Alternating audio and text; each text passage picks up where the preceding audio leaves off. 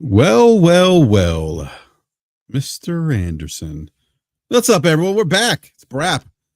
Oh, man, it's good to be back. It's Friday. Made it through another work week. And, yeah, well, I don't know. I guess it's kind of I don't know. It's kind of a somewhat busy news cycle. We'll talk about some things that are going on in the news as it relates to video games. But with me, I want to welcome the special guest, Dupes here. What's going on, Dupes here? Not much. Just was enjoying the long weekend. Last weekend, got a lot of gaming in, and enjoyed the short work week. So I got plans this weekend to hit a bunch of games in that. So looking forward to it. And the wife is kind of like out of the house all weekend. So that's the best. I'm sure you had a big smile. Hey, honey, hey. Hope you have a great weekend. Believe me, I packed all her shit for her so she can get out. So she was probably like, "Oh my God, you're being so helpful." Oh, fucking right I am. You're leaving. You got that right, Braf. You got that right. It's kind of interesting. Relationships are interesting. I feel like sometimes men get a bad rap. Oh, I totally agree with you on that one. Like a lot of times our balls get broken a lot. You know what I mean?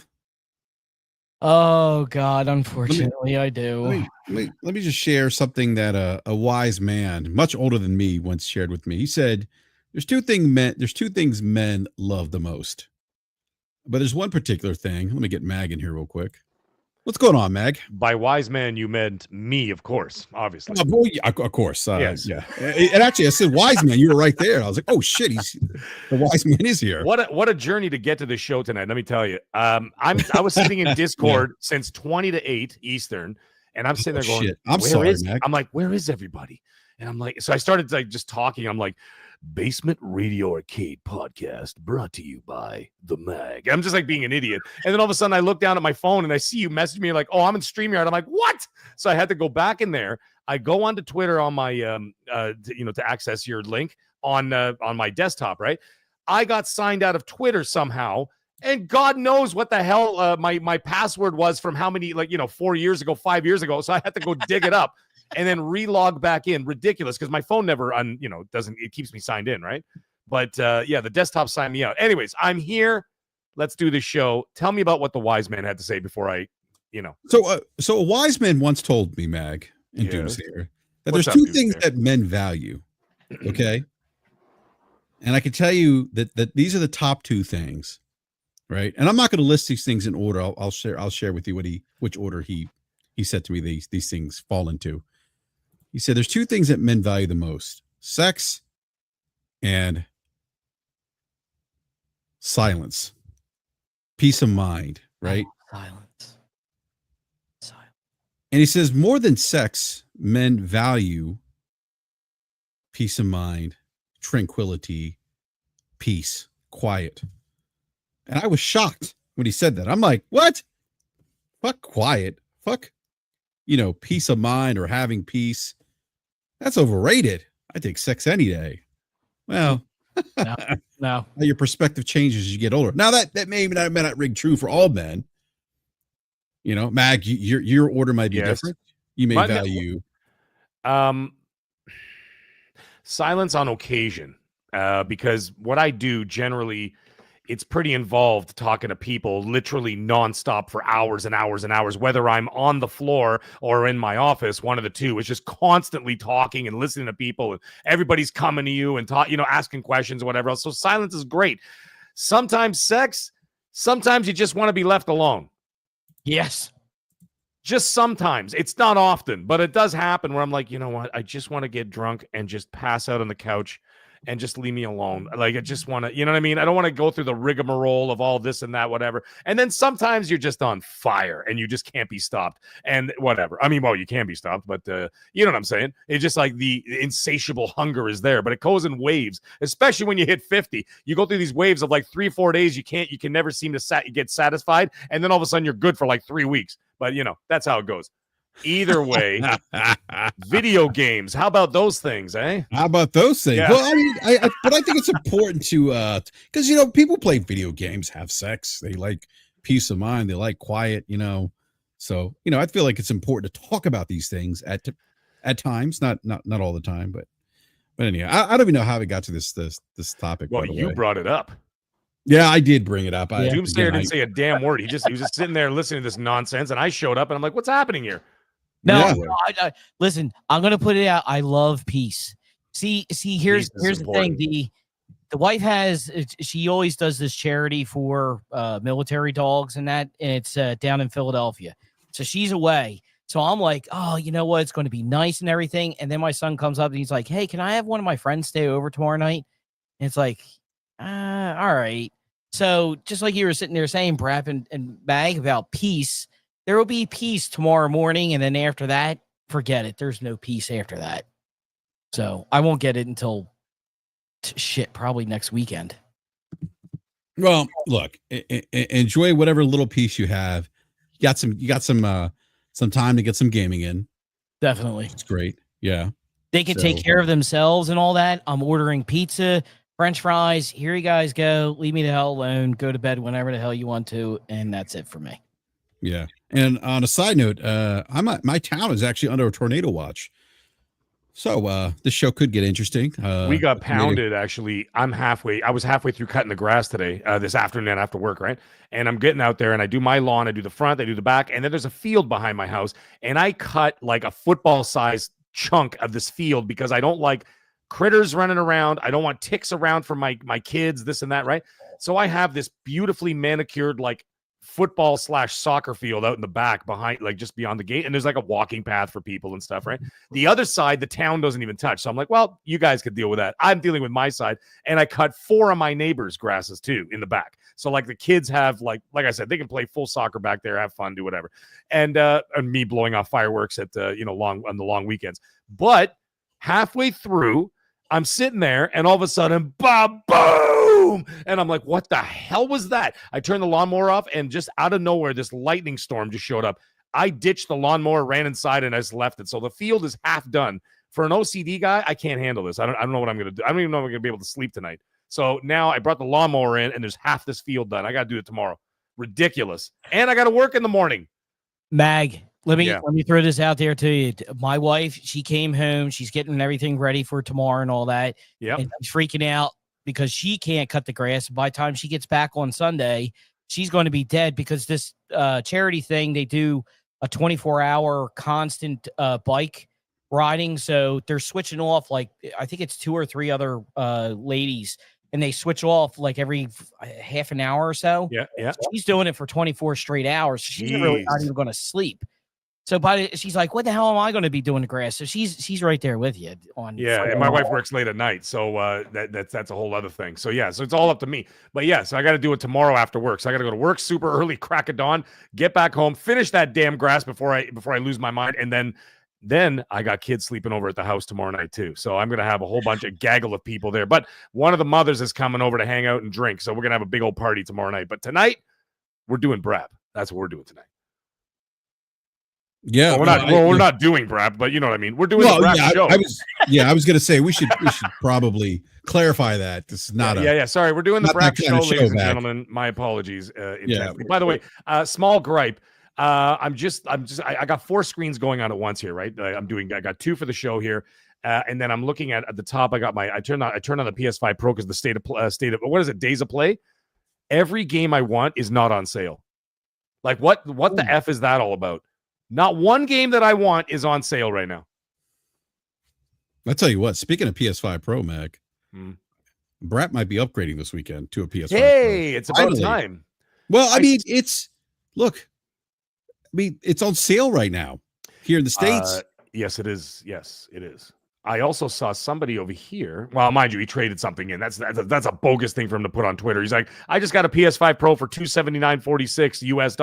And I'm like, whoa, wait a minute. And I realized he had traded something else in for it. So I'm like, oh, okay. Well, that's a little bit different. But yeah, I mean, they're on sale right now. Isn't that a funny time? Isn't that a funny time to do that? You remember when just a couple of weeks ago when Microsoft announced the price increases on the hardware? And then 17 minutes, it was the funniest thing ever. 17 minutes later, they announced that Astrobot bundle for like $50 off or whatever. It's so funny. And like Zubitech posted it. So like the Sony tweet was right next to the Microsoft tweet, right? And then they're showing the price increases. And right underneath, Sony's like, well, you could buy this for $449 with Astrobot, right? So I thought it was hilarious. And now this, this deal, which I had reported about a week before Days of Play started. I said, this is coming, folks. And then it did come. So I was like, well, here we are. So if you didn't get into it, I would get into it now. I mean, why not, right? Because I can tell you this.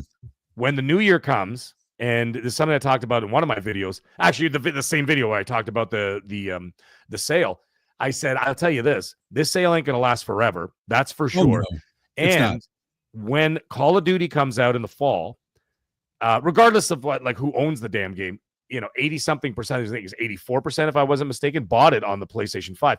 That's going to go back up to regular price.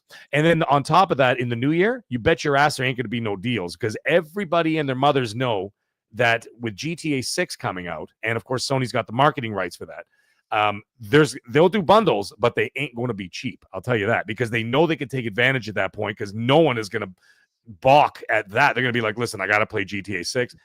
There's 40 million people still playing on a PS4, 15 million still playing on an Xbox One. If they want to play the new Call of Duty and Grand Theft Auto 6, they're going to have to upgrade. And then that's when they're going to raise those prices again. So just saying, if you got the money, do it now. Yeah, well, that's the thing. I was talking to had a conversation with Forte this morning, and he was telling me about the trade-in for the Xbox Series X.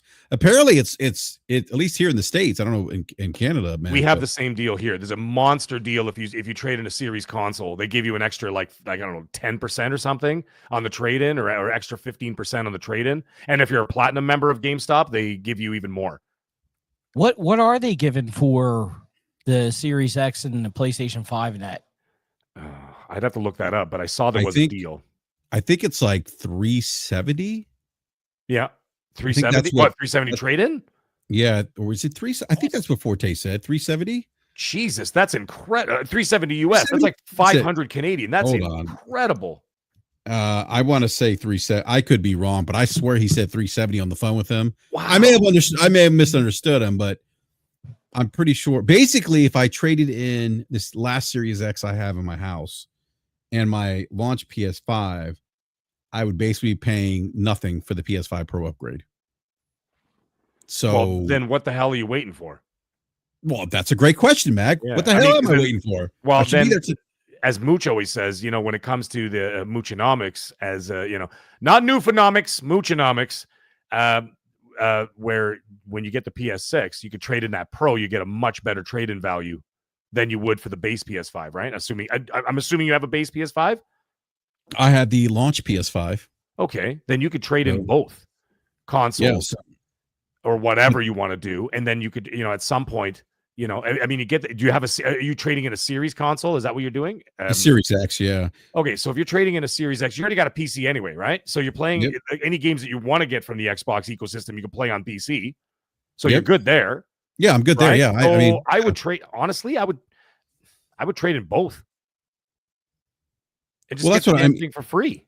Yeah, well, that's what I'm going to do. I'm going to trade in the PS5, base PS5, and the Xbox Series X. Yes, and then get the Pro, because I basically get it. Like I'm not really paying anything out of pocket. I mean, I think Forte said if I wanted to get the disc drive, I do you honestly play any disc games? I do, and I watch. Okay. Yeah, I do, and I watch Blu-ray movies. I'm one of those. I'm one of those like individuals that feels like streaming video, like 4K streaming, is not as good as watching 4K off a disc. So I still like I would use it to watch movies, and I still buy some physical games.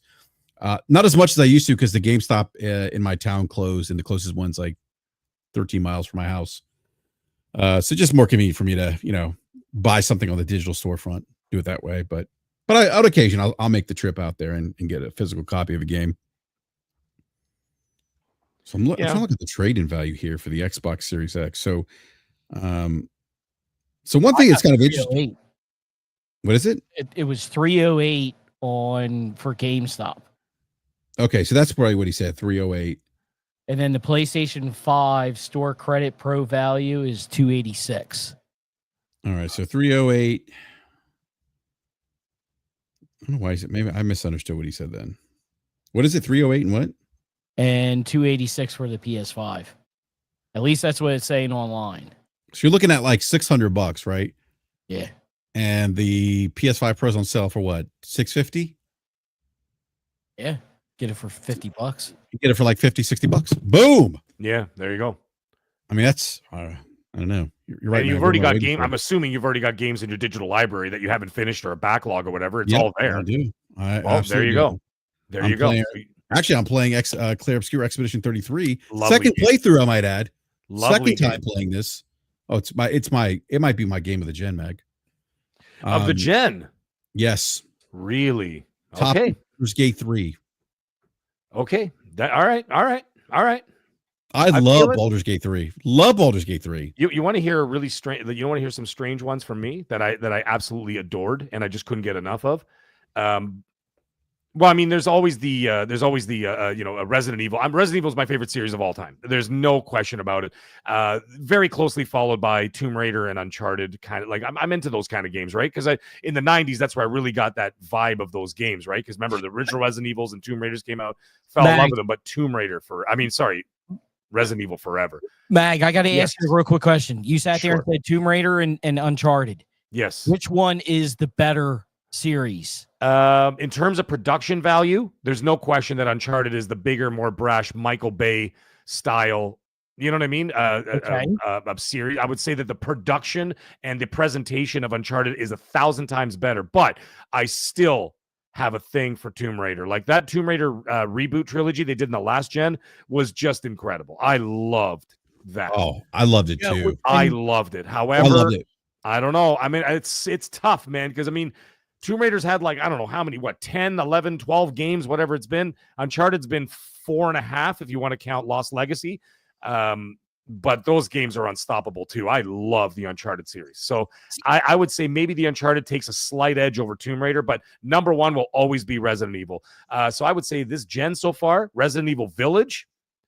I love that game. Absolutely adored that game. My game of the last generation was Resident Evil 7, Biohazard. That game and Dying Light were my Remember two. the creepy grandma? Yeah. That's the one. Remember how she would you would come out of like into a corridor and she'd be sitting there in a wheelchair. Yeah. Yes, that's right. That's the one. Just like randomly hanging out. Chainsaw Massacre. Yeah, it was terrifying. This gen, you ready for this? Resident Evil Village, Psychonauts 2, and Horizon Forbidden West. Psychonauts 2 is really good. Psychonauts 2 was absolutely a knockout of the park, man. And believe it or not, Horizon Forbidden West. I adored that game. Adored it. I don't know. And you know what the funny thing is? I didn't really gravitate to the first one that much. I finished it, but I didn't feel the need to go back and get a platinum on it. I was just like, all right.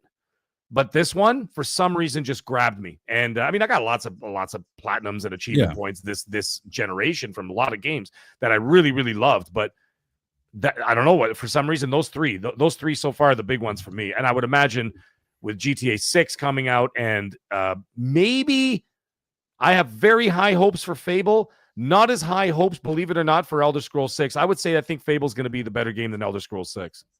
Really? That's my I have other information, so I'm not going to talk about Elder Scrolls 6. But I'm just saying, I think Fable will be the better game from the Xbox side of things. I can't wait for Fable. Yeah, so that's so a little bit of Sony, a little bit of Xbox in there, a little bit of third party in there. It's a nice little sprinkle I got for my games of the gen. And Clair Obscur is a wonderful game. I haven't finished it, but boy. Even from the first trailer last year, I said, I don't know what it is, but there's something about the game that looks special. And boy, was I not wrong. Mag, it's funny. It's funny you say that because that was the reaction from a lot of people when they first revealed the trailer. It was like, there's something here. There's just something unique, something interesting about this game. The turn-based combat looked really fluid. And I'm interested, like and I don't know how far you are in the game, but it'd be curious to get your perspective after you complete the game. It is, like I said, I already beat it once. I got it through Game Pass. And beat it first time there. And then I said, you know what? I want to play this on PlayStation now. I want to get the trophies. Yep. So I went out, put my $50 down, and doing the second playthrough. And I'm running pretty quickly through the second playthrough now that I've kind of I've mastered the art of parrying in this game. I probably actually need to turn it up to max difficulty, to be honest with you. But I'm loving the game, and it's great playing it a second time through with having that having set additional having beaten it the first time and having that additional insight or context to the game. And there's things now where, because I played the game and I've beaten it already, now when the characters say certain things or I encounter certain, I guess, ghosts, if you want to call them that, things start like, oh, okay, that makes sense now. Oh, I see, and so it is just, I just think it's a fabulous game. It's actually, they've sold 3 million copies. So congrats to them. They've announced that. Yes, they deserve it too. They deserve it. I made a joke, and I know that actually one of the developers thought it was really funny that when I had said it, and he heard about me saying it, and I'm like, how did 10 people sitting around a picnic bench eating brie and baguettes make such an incredible game that 1,000 people at Ubisoft couldn't even put together?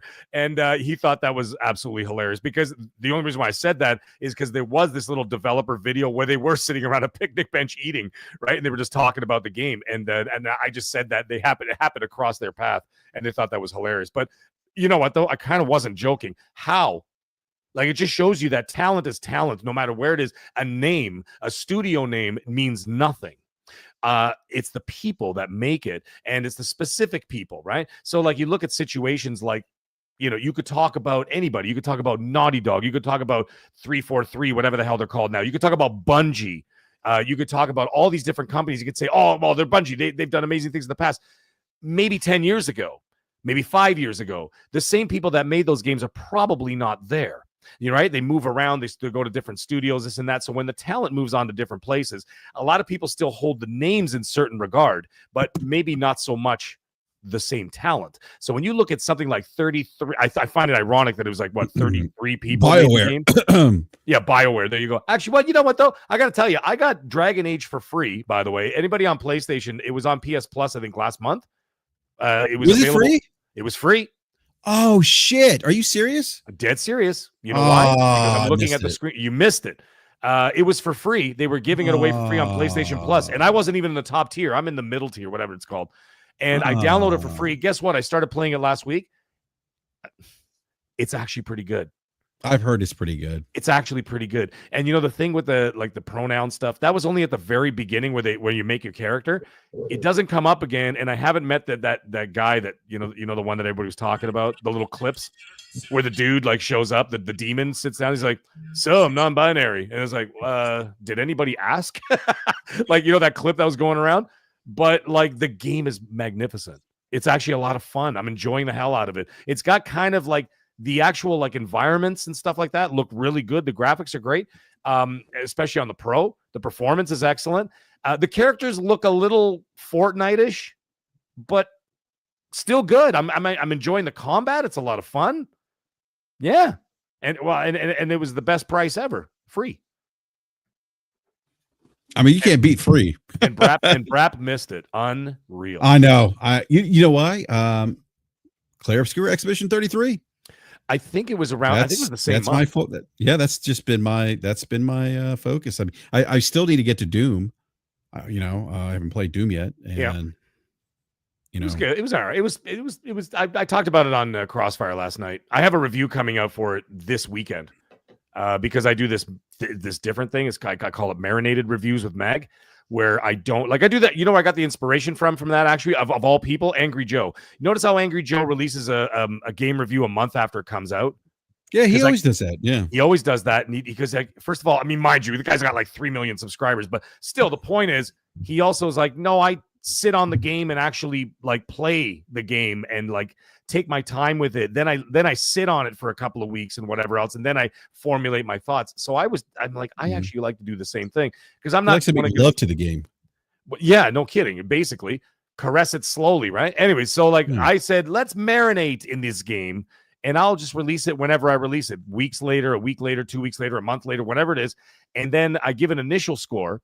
and then I marinate on it for a few weeks. Then I give my final score because sometimes things change, right? No, that's a you great might play point. a game and say that game was awesome, and then all of a sudden a week later you're like, no, that actually wasn't as good as I thought it was, or whatever, right? Yeah, I mean, that's a great point. So I thought that would be a more authentic way of doing it instead of, how like a lot of the big YouTubers, they race through this friggin' game in like 36 hours. They print off the review in 1 hour, and they're trying to make that deadline because then all their reviews release at the same time on YouTube when the embargo's up, right? And everybody's fighting for viewership. And I'm like, I'm not going to do that. I'm not going to fight with all these guys like trying to get my review out there. Like, hell with it. No, I'm going to sit on it and really absorb the game, and then I get a better, you know what I mean? And I'll tell you this, with Doom, just a little bit of a spoiler of my review so far. I've already written it out. Like the review's written. I just have to like put it on, put it into video. I was like, this is awesome. And then the more I got into it, and then when I went back into my second playthrough, I'm just like, this is kind of like the same. Like it's just like I didn't really feel like I really wanted to go back that much. And I'm like, it's good, it's passable, it's very competent, it's an excellent game. But I'm like, my number's slipping a bit here. It's not as good as I thought 2016 was the best out of the trilogy, personally. Hell yeah. Doom Eternal, I had Doom would agree with you there. Doom Eternal was rated higher on Metacritic, but the thing is that all that bloody traversal was getting really fucking irritating. Oh my God. Complain about that. The jumping, the climbing, the bouncing, the dashing, the jumping, the climbing, the dashing. Like, what the fuck is this? Prince of Persia? Or are we playing Doom? You know what I mean? But like, see, what are we doing here? I like that because it was a different twist. I could see, like, if you're a hardcore Doom fan, I could see that would probably be a turnoff. But I actually liked it. I thought it was kind of interesting. It was okay for a while, but then when it was the whole game, the novelty wore off very quickly. I didn't play the whole game, but it became like a Doom in the Blind Forest with all the jumping, dashing, double jumping, this, that, whatever. I'm like, Christ. Well, like, I mean, come on, man. So I've heard similar complaints about this Doom too, by the way. Okay. What'd you hear? That no, I'm saying like what you're describing, like these new mechanics are introduced, and it's like after a while they're like the novelty kind of wears off, and it's it becomes a little repetitive. I haven't played it, just what I've heard from some other people playing it. Okay, I applaud them for some of the ideas of like doing the like the Sentinel missions, where you're the giant mech. Oh, hell yeah. Yeah, like there was a good idea. How badass is the mech? But here's the thing though. It's really cool. At first, you're like, "Oh my god, this is awesome!" And I feel like you're jumping. You're basically walking around destroying bridges and buildings. You're like a bull in a china shop, right? So like you're just destroying everything as you're walking around. But then when you start facing the enemies, it's literally the same thing over and over. It's dodge, punch, punch, punch, kick, dodge, punch, punch, punch, kick. And what a lot of people were saying, and this is something I likened it to, Callisto Protocol. Love that game, by the way. Amazing game. I loved it. Yes. But the combat was literally dodge, hit, dodge, hit, dodge, hit, like literally the whole game. And so that the Sentinel thing was just the same thing, just much slower. And then after a while, I'm like, I'm literally just doing the same shit I was doing on the ground. I'm shooting, punching, dodging, punching, shooting, dodging. And I'm like, what was the point of this if it's just the same thing? The dragon levels, pretty cool, but too long. I think they were way too long. One of the dragon levels was 45 minutes long. I'm like, all right. And then the shield, excellent. I love the shield, the throwing, the blocking, the parrying. You do the proper parry, does the big bell sound, boom, right? But then you get to some bosses, and you're literally just standing there for 30 minutes going, parry, parry, parry, parry, parry, parry, shoot, parry, parry, ding dong, dong dong ding, ding dong. Because every time you parry, it makes this bell sound, right?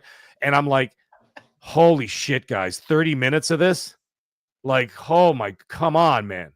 You know what I mean? And so it was starting to it wore out its welcome pretty quick. So those are my only faults with it. The rest of it, amazing. And the music sucked too. The music sucked because they got rid of what's his name? The composer from the other Doom games.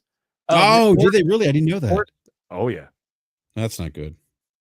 Yep. And that was the whole thing with 2016. His music was outstanding. I mean, I know. It just kept on getting you, going and all that. That's the reason why I like 2016 more than I liked Eternal. And it's the same thing that you were sitting there saying, Mag. The traverse stuff, it just got boring after a while. It's like, Jesus Christ, I just want to get through this and kill people instead of doing all this trick shit and everything. Yeah, that was, like I said, like the mechanics. I applaud. Like I said, I applaud them the idea for putting in new mechanics because you want to keep it fresh, right? Great, but the problem is it was too much of it. It was too much of the same, right? So then when you're getting there, and then I did find something else. I'm not going to get deep into this because that'll be in my review. But like, my goodness, like red things coming at you, you dodge. Green things, you parry. Red shields, you can shoot them. Some of them you have to shoot the shields till they turn red. Then you can throw your shield and destroy them. Blue shields, you have to use a plasma gun. And I'm like, Jesus Christ, man. It's like 8 different buttons. I'm trying to figure out what the fuck I'm trying to kill. Excuse my language. But I'm like, what am I trying to kill? How am I trying to kill them? Right? And so like, it just got a little much. And it wasn't as enjoyable as I would say, actually, in order, in my personal opinion, in order of greatness, I would say exactly as they came out. 2016 is number 1, Eternal's number 2, and this one is number 3 in terms of where I would rate them. This one being the lowest score. Okay. Yeah, that's look. I haven't played it yet, so I can't. I really can't. Speak to the game, but no, I'm looking forward to your. No, I'm looking forward to your review, Meg. And the other thing is too, I know a lot of people that get really, you know how people are, especially in this space, right, in the YouTube space and whatever else, and they'll take my words and be like, and they only hear so much, and they're like, he hates it. He's an asshole. And I'm like, no, I actually enjoy it. I enjoy the game. Great Hulk Hogan impersonation, by the way. Yeah. It's like, but these are my critiques of the game, right? And then you're going to find over time other people are starting to say the same thing, right? And if they've already said it, a lot of reviews actually did say a lot of the same things I did. Mine are a little bit different, a little bit more nuanced, as I had time to really sit on it. Because like I said, a lot of these guys, they race through the game in like a day and a half, and then they slam out the review. You don't even have time to really, like, you know what I mean? Really take it in. It's kind of, I don't know. Doesn't that seem like, you know what I mean? Like, it seems very rushed. So that when you see a lot of times, and this is something interesting, and I think everybody should be able to do this. Well, you are able to do it. Go to Metacritic and you look at the reviewer scores, and then go look at the player scores, right? And when you see such see such a diverse spacing between what the reviewers say and what the players say, is because the players had more time to sit with it. Right. Whereas these guys are racing through it, and then they get their thoughts out because they want to get those clicks and the videos and whatever else. And then, but we got actual players. I'm like, well, I actually put in like 80 hours so far, and I think this, that, and this. I don't think it's as great as these guys are saying it is, or whatever. Because, like I said, they're not taking the time to really absorb the game, right, and really get a really good feel for everything. They're just trying to get to that finish line so you can get those views, right? So that's why I'm avoiding all that. But anyways, whatever. Yeah. Well, I got to say, Mag, I like that perspective of letting a game marinate, to kind of go back to what you said earlier. Yeah.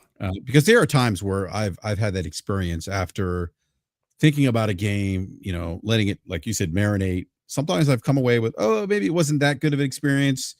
Or other times, like, yeah, actually, you know what? That was a really good experience. Right.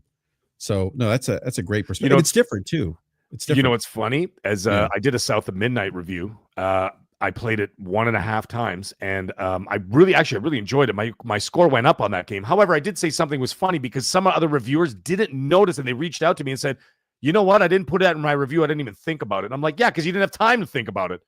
They gave you the review code, like, whatever, 3 days or 4 days before the game came out. You blazed through it, and then you did your review and you made your video, got it out there. You didn't think about it. I'm like, the jumping really sucks in that game. And the animation is really stupid and actually makes you fall off trees and fall off branches while you're trying to traverse this and that, whatever. And guys reach out to me going, you know what? I never thought of that, because they watch my review, right? And they're like, I never thought of that. I never thought of it. I'm like, yeah, because you didn't take the time, right? And I'm not criticizing that. I'm just saying that's the way I'm going to do it, so that I see all those little details, and then other people I hope would appreciate it and be like, oh, cool, okay. Yeah, and I always keep all my reviews spoiler free. I never go in there and be like, so and so dies. You know what I mean? Like, I'm like some asshole. 3 hours in, so and so bites the dust. And then, like, come on. But I say that, I said, I don't care if the game came out a month ago. There's a lot of people that don't get the games. Look at you. You haven't played Doom yet. It came out 2 weeks ago? Yeah. There you go. Right?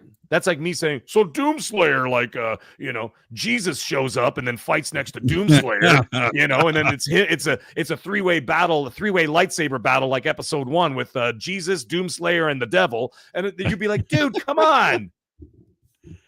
No spoilers. No spoilers, please. Hey, speaking of spoilers, I have to ask you guys. I'm sharing this Ubisoft tweet from earlier, Splinter Cell. I really hope this isn't Sam Fisher. This is not the Splinter Cell I want. Mm-hmm. This looks like I don't know what this looks like. This looks like Sam Fisher Chaos Theory. Mm-hmm. Like, just visually speaking, like I hope this isn't Sam Fisher or what this game's going to look like. I've seen the game. No. Mac, this doesn't sound good. If you go to my tweet, sound good. Yeah, go ahead. I didn't say no. I just said I've seen the game. I'm not saying what that is, but I'm just saying I've seen the game. Ubisoft Toronto, I've done work for them. So does Colt. No, I think he does Ubisoft. Well, he deals with both studios, Ubisoft Toronto and Ubisoft Montreal. But they're closer to me, right? So I've dealt with them before, several times, doing play tests and other things for them and helping them out with little things here and there. But Tom Henderson's seen the game as well, right? So he reported, like I reported, I'm like, guys, I've been telling you that, because many people ask me, like, Meg, is this game real? I'm like, guys, I assure you it's real. Oh, it's definitely real. I've seen the damn game. And then Definitely Tom real. Henderson, thank God, then he finally came forward and today, when this tweet came out, and he quote tweeted and he says, I've seen the game as well, and the game is actually quite good. I'm really looking forward to it. So, you know what I mean? It's you're already on Twitter right now. Go pull it up. Type in Tom Henderson. Yeah, okay. So this image here, and this may or may not be Sam Fisher, may not be what he looks like in final game. Yeah. But if it is, like, it just doesn't look like. So go back 20 something years ago. The one thing about Splinter Cell when it came out, and it was really it was a game that really showcased the power of the Xbox, the original Xbox, which is one of my criticisms of Xbox of this generation. But that's another conversation. And the lighting was the big thing, right? The lighting, the shadows, but it looked like Sam Fisher, like I guess if you want to call it a real looking game. To me, this looks like Fortnite Sam Fisher a bit, maybe not quite Fortnite. It might be. Maybe that's a little bit of an exaggerate, but it just doesn't look like Sam Fisher. Like, it doesn't have that realism of Sam Fisher. It looks more of a mobile type Sam Fisher. And that's not what was that game that came out? Remember what was the game they had with Ghost Recon? Remember they had Ghost Recon and they had like Sam Fisher level in there? Yeah. Sam Fisher levels in there? Yeah, that kind of thing. Yeah. So it doesn't, I mean, it just doesn't feel like Sam Fisher. And I'm just going back 20 years, Sam Fisher, Chaos Theory, Sam Fisher. Sam Fisher, was it Double Agent? I think is that the one where he didn't have his gadgets? There's one Sam Fisher he didn't have, or one Splinter Cell game. He was on the run. Yeah, he was on the run. Yeah. Oh God, I can't remember the name of it. I don't remember the name of it. They got rid of Michael Ironside. They got rid of him. Blacklist? And new guy. Yeah, I think it was Blacklist. Yeah, like you were like, I remember you're like running around like in an amusement park and like you're running from the cops and like officials and stuff. And I think you're wearing like a Hawaiian shirt or something. Like one of those button-up shirts. With the I think the Hawaiian shirt was Max Payne 3. I think you're right. Yeah, I think you're right. I think it was Max Payne. I think it was Max Payne 3. I don't think he'd be wearing. Right. I mean, you'd see the Hawaiian shirt from a mile away. The guy'd been wearing black his whole life. Yeah, exactly. Yeah, well, that's a great point. Like, let's hide with my Hawaiian shirt. Yeah, exactly. No one will spot me. Got this. Who did they replace his voice with? Was it just somebody else? Because I remember it was another voice actor. I thought it was. I thought it wasn't Kiefer. It should be. Kiefer did Metal Gear. Metal Gear. Yeah, Solid Snake. Yeah. I thought that was a good choice to replace. I mean, if you're going to replace anybody, because I mean, Kiefer Sutherland's got that gravel. I mean, the older he gets, he's got that gravelly voice. Where's Roach? That's The Witcher 3, but that was kind of a big thing with the fan base at the time that they replaced Michael Ironside, who was a great Sam Fisher. And I forget the voice actor they replaced him, but that particular game, that Splinter Cell game with the voice actor. I actually enjoyed it. But one of the criticisms of that game was that it tried to incorporate a lot of the open world stuff. And like loots, like not loot boxes, but like there were things that you could do to upgrade your your suit and all this other stuff, and that would require doing other side missions. So it wasn't as I'm gonna say it wasn't a traditional Splinter Cell game in that sense, where you got your suit, you got your gadgets, and it was A to B. There was some more open world elements to it, kind of games as a service type things that were introduced into that game that I don't think resonated with everyone who was fans of that particular franchise. But I will say this: Splinter Cell for me, the Splinter Cell game, and I forget which one it was. Maybe it was Chaos Theory or Pandora. Was it Pandora Tomorrow or Pandora? Shit, now I gotta look all this stuff up. The second Splinter Cell game that came out in the OG Xbox, it had Mercs vs. Spies. I don't know if anyone played that on Xbox Live. I did play that. How great was that? How great was that? Yeah, that was so much fun. Like you're like zip lining over your buddies and stuff, and they're like looking for you. And yeah, man, that was actually really cool. And then it had proximity chat where like if you came up behind a mercenary and you got them, you could talk to them. And that's the only time they could hear you on the mic. Oh, it was great. Right. We used to talk trash to people all the time. That was a great game. Oh, so good. Yeah, that was a lot of fun. But that wasn't the second one. That was way after. I think that was like number 3 or number 4. Was it 3? Or the hell was that? I played that. Shit. Yeah, I think it was the second or third game. I don't remember. Hero Downer says Pandora Tomorrow, I think. I thought it was Pandora Tomorrow. Maybe Chaos Theory was after that. But it was such a great game, Splinter Cell. One of those new franchises. You did a great job showcasing the power of the Xbox, the original Xbox. Conviction. Was it Conviction? No, I think Conviction. Shit, I don't even. Because that's the one I played. That was 2010. And then Blacklist came out in 2013. Blacklist was the last one. Yeah. Conviction was the one where Sam Fisher runs around in his Hawaiian shirt. Yeah. His Vineyard Vine shirt. Let me see. I'm pulling it up right now because I got one screen free here. Let's see what's going on here. In order. So we have Splinter Cell 2003. Splinter Cell Pandora Tomorrow was the second one. 2002 was the original. Okay. And then Chaos Theory came. Yeah. Yeah. Oh, yeah. Pandora Tomorrow was the second one. That's right. You're right. That was 2 years later. And then 1 year later, Splinter Cell Chaos. I think Chaos Theory was the one that had the online component. Okay. Double Agent's the one where he looks like John Travolta. What the hell is this? Splinter Cell Essentials? Never even heard of that. Yeah, I never even heard of that. I just saw that. But Double Agent's the one who looks like John Travolta. You're right. You're right. With the shaved head and like the beard. Maybe that was the one because I don't think they had the multiplayer in the original Xbox PS2 era.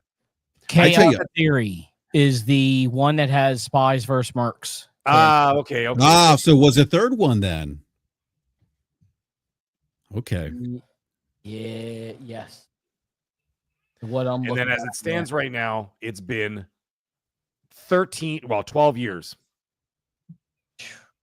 And then at the bottom of the list, it says Tom Clancy's Splinter Cell release date to be announced. I thought Blacklist was good. Like I thought it was good. Yeah. I don't know how they hold up now. I haven't gone back and played any of these. I mean, those are from the 360 PS3 days. Right? They weren't even. It wasn't even PS4. Well, yeah. The Blacklist was last generation, so it was Xbox One and PS4. It came out 3 months before the launch of the new consoles. Yeah, which I thought was kind of weird, but yeah, I mean, but I get it though. Like, did the same thing. New install, or higher install base. I get it, but I did go back and play Blacklist a couple years ago. Yep. On PC, and I just cranked up all the settings. It ran fine, but. Yeah. What was the Metacritic for Blacklist? Looking at Metacritic because I think that game was. I think Conviction was actually scored pretty well too because those were that was where Blacklist was scored 82 Metacritic. Okay, it's not bad. Oh, I'm sorry. It came out on the 360. Blacklist came out on 360. That's what I'm telling you, dude. Yeah, you're right, Mag. Yeah, it came out 360 and PS3 in August 20th, right? And then a month later, GTA 5 dropped, and then no other games basically. Well, and then Call of Duty Ghosts came out as a cross-generational game because then PS4, Xbox One came out in November on the same. Was it the same day or like a day apart or something like that? 2 days apart, whatever the hell it was. Was it 2 days or was it like a week? Oh, maybe it was a week. Yeah, I think it was a week. Sorry. I think it was a week apart. Yeah, but either way, yeah, that was a cross-generational game, but the rest of them did not go over there. Maybe they did something after. I don't know. Maybe they like backwards compatibility or something. I have no idea. But I didn't go back and play them. I'm like, no, I played them. I already done with them. It's fine. Either way, yeah, this game is coming, but Ubisoft also has something else coming sooner rather than later. So I don't know the timelines for either one of them, but they also have what's it called? The Black Flag remake is coming, right? Oh, Assassin's Creed, yeah, Black Flag, yeah, yeah, Black Flag, like full ground up remake, not a remaster. Well, or maybe it might be sort of similar to Oblivion, where dependent on your hardware, it might actually be absolutely stunning. Or it might be like okay, but very playable. But yeah, that's the story. It's going to be a remake of that is Black my Flag. favorite. My favorite Assassin's Creed game to date is Assassin's Creed Black Flag. Assassin's Creed 4 Black Flag. Black Flag was incredible, but for me, Assassin's Creed Odyssey still stands hands and arms and hands and legs and heads and necks above everything else. But that was just me. I mean, I was Cassandra. I love that game. That was Cassandra also my top three. I prefer games of last gen. I prefer playing as Cassandra than the other guy. Yeah, the dude, I didn't like his voice. Cassandra, I don't know. There was just something about her. I don't know. She was like, I don't know. I always play as something more appealing about quite her. honest, I always play as women in games anyway. I always pick a female character when I have a choice. I don't know what it is. I just do it.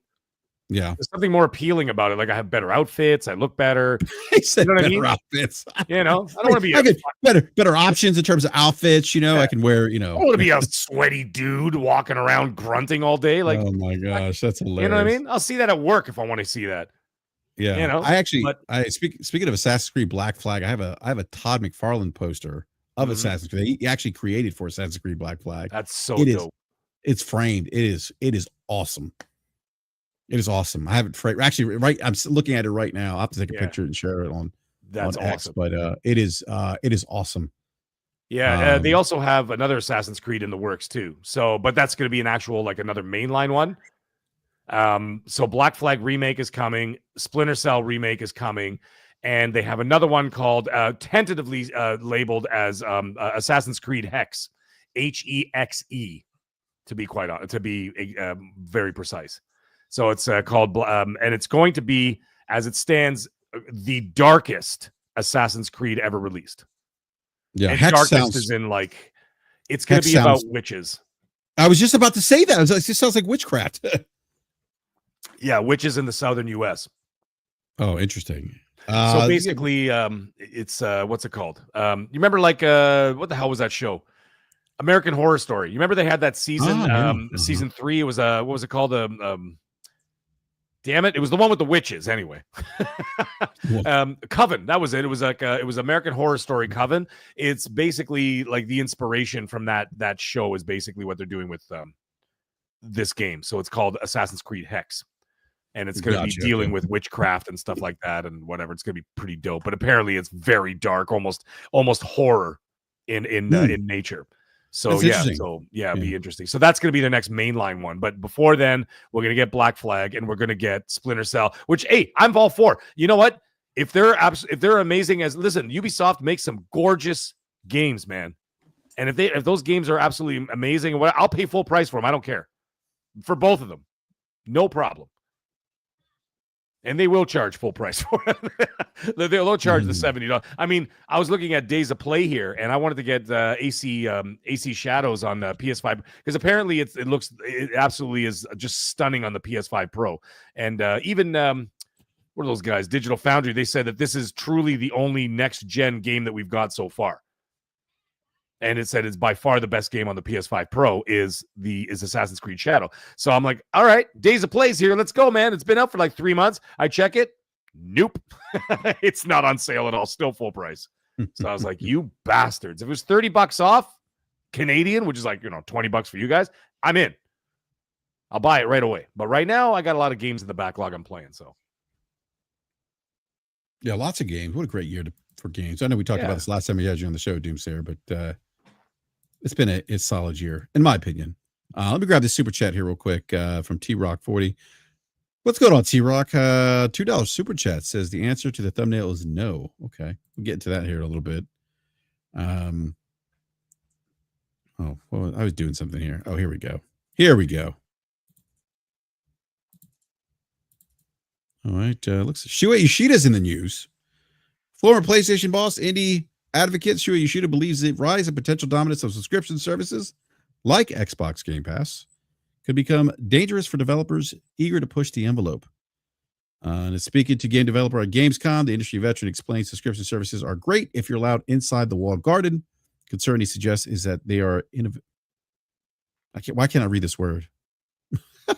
They are inevitably expand on a bedrock of first-party titles. It will become harder for third-party studios and indies to cross that divide.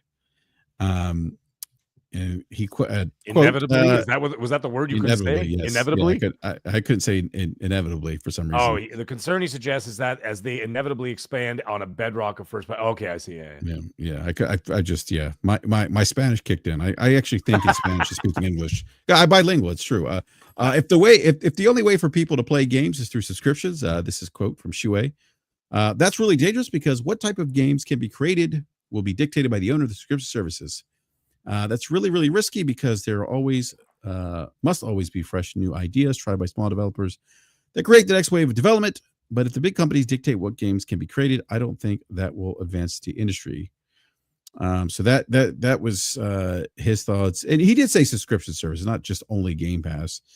So it's kind of an interesting take. And he does talk a little bit about Sony. He says, I believe the way Sony approaches subscriptions is healthier, not to overpromise to allow people to spend money to buy the new games. He said after a couple of years, there won't be many people willing to buy those games at that initial price, so they'll be added to the subscription service. And there will be people to try to find those products in time for the next game in the franchise to come out. He says, although he feels Microsoft might have made an initial misstep with that day one pledge, Ishida said the company has excelled in other areas. He described Microsoft's approach to backwards compatibility, which he saw the company make it possible for the Xbox Series X and S owners to play thousands of original Xbox 360, Xbox One titles. Smart, very well planned. It said they must have put a lot of engineering effort to achieve what they have done. So his thoughts, those were his thoughts on subscription services. What do you guys think? What do you guys think about his opinion on subscription services? Mag, you want to go first, or? Oh, go ahead, brother. Go ahead. Go for it. I kind of see his point. I mean, the way that I'm looking at it, and maybe the way I'm seeing it, is if you have something that goes into a subscription service and it's extremely successful, you're going to want to try to maybe copy it, put a little bit more in there just to see if, people gravitate to it and that kind of thing. I mean, everybody chases whatever money is out there. They're going to wind up chasing it.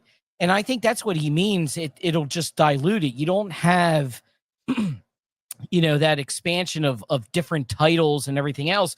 And what I keep hearing is Game Pass has, so many different kinds of games, RPGs and first-person shooters, all that kind of stuff, but you don't want to dilute it with just, maybe two brands that, they're making you money, or they're getting more people into those subscriptions in that, because that's what the whole thing is. It's Doom comes out. How many new subscribers did Doom pull in? That kind of thing. I totally agree with him. If there's a different variety that's constantly going into Game Pass, it makes it more worth it. But then I also sit there and say, and everybody keeps saying about how Game Pass is the best value in gaming, which, listen, I'm not going to sit there and take that away from anybody because that's their opinion. My opinion differs in that. But if there's a lot of games that I have and have played that aren't in Game Pass. It's like, well, why don't you have that in there? It's I answered somebody's question yesterday about why do you think Game Pass isn't a great value or the best value? And it's like, well, yes, you have these games that are in there. 80% of the games that are in Game Pass, I own. Where are the other? There's so many great indie games. I brought this up last week on Wise's show. Where's Guns, Gore, and Cannoli? If you never played that, it's a side-scroller zombie mafia game. Played both of them. Mag, did you enjoy them? Loved those games. Guns, Gore, and Cannoli are amazing. I totally agree. Now, I did not play the second one, but the first one... Second one was even better. It was wild. The story was insane. See, I got to jump on that. But here's another one. The Expense. I went back. I platinumed that. That's another Telltale game. It's more, you got a more stuff going on, that kind of thing. If anybody's willing to play that, just play that. Do not buy the DLC because it's total trash. It is probably the biggest boring DLC I've ever played. But they don't have that kind of stuff in there to attract me. So if it's, you got your Call of Duty, you got your Doom, you got your Halo, there's all your first person shooters. And then you're starting to add more. And then you have Fable and Fallout and Oblivion and was a Starfield in there. You have all these RPGs in that. They kind of, people will gravitate to that, but then everything else gets swallowed up. And it's like everything's put to the back burner and nobody knows it's there. And that's why I don't understand. Have your couple of first-person shooters, your RPGs, have some side scrollers, put in a bunch of indie games in there. Everybody keeps talking about the indies. Oh, they keep praising Game Pass and Microsoft. I just basically gave you 2 indie games. Where are they at? They're great games. I can name you a bunch of other ones, but I agree with them. I'm not going to go anymore. So. All right. What do you think, Mac? Any thoughts on this? Yeah.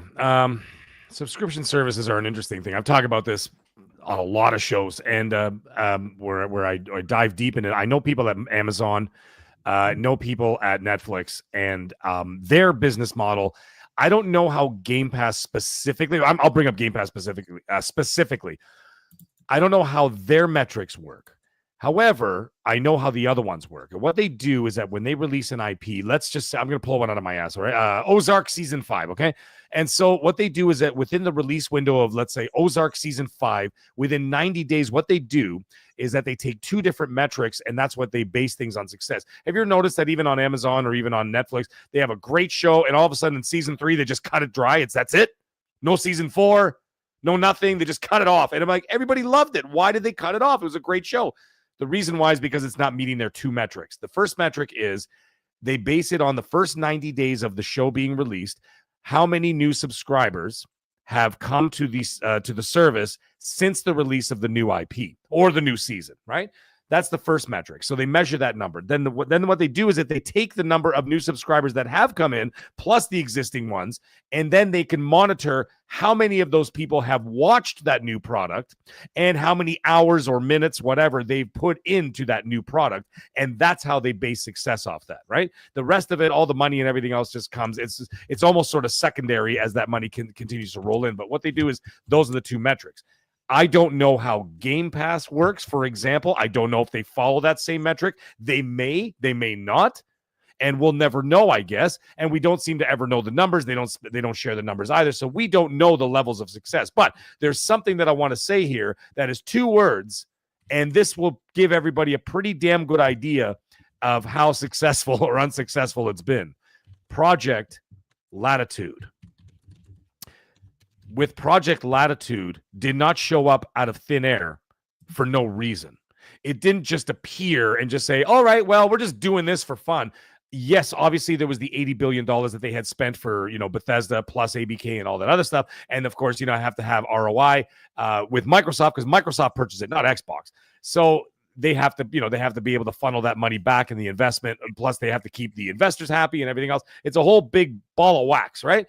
But at the same time, if this was truly massively successful. They say it's successful, but like, they say a lot of things, when that comes for every corporation. I don't believe any corporation whenever they say anything. Any statement that any corporation keeps, I don't care if it's Sony, I don't care if it's Apple or Meta or Amazon or Microsoft. I don't believe a single fucking word they say, because they're corporations. They lie, and they do it in order to puff up their appearances, in order to appease investors. So the thing is, Project Latitude happened. They started to expand. Now the games are going to PlayStation. Now games are going to Switch too. Not all of them, but a lot of them, right? And so they're doing all that. Why are they doing all that? It's not just to pay back ABK. It's because I don't think that there's not enough engagement going on in that subscription service. So I think that a healthier way to do it, and like I said, they're trying to sell the games for $70, and soon to be, by the way, in the fall, $80.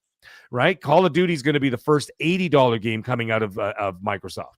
And then from beyond that, the other games will be $80. Everybody else will follow suit, obviously, as they will.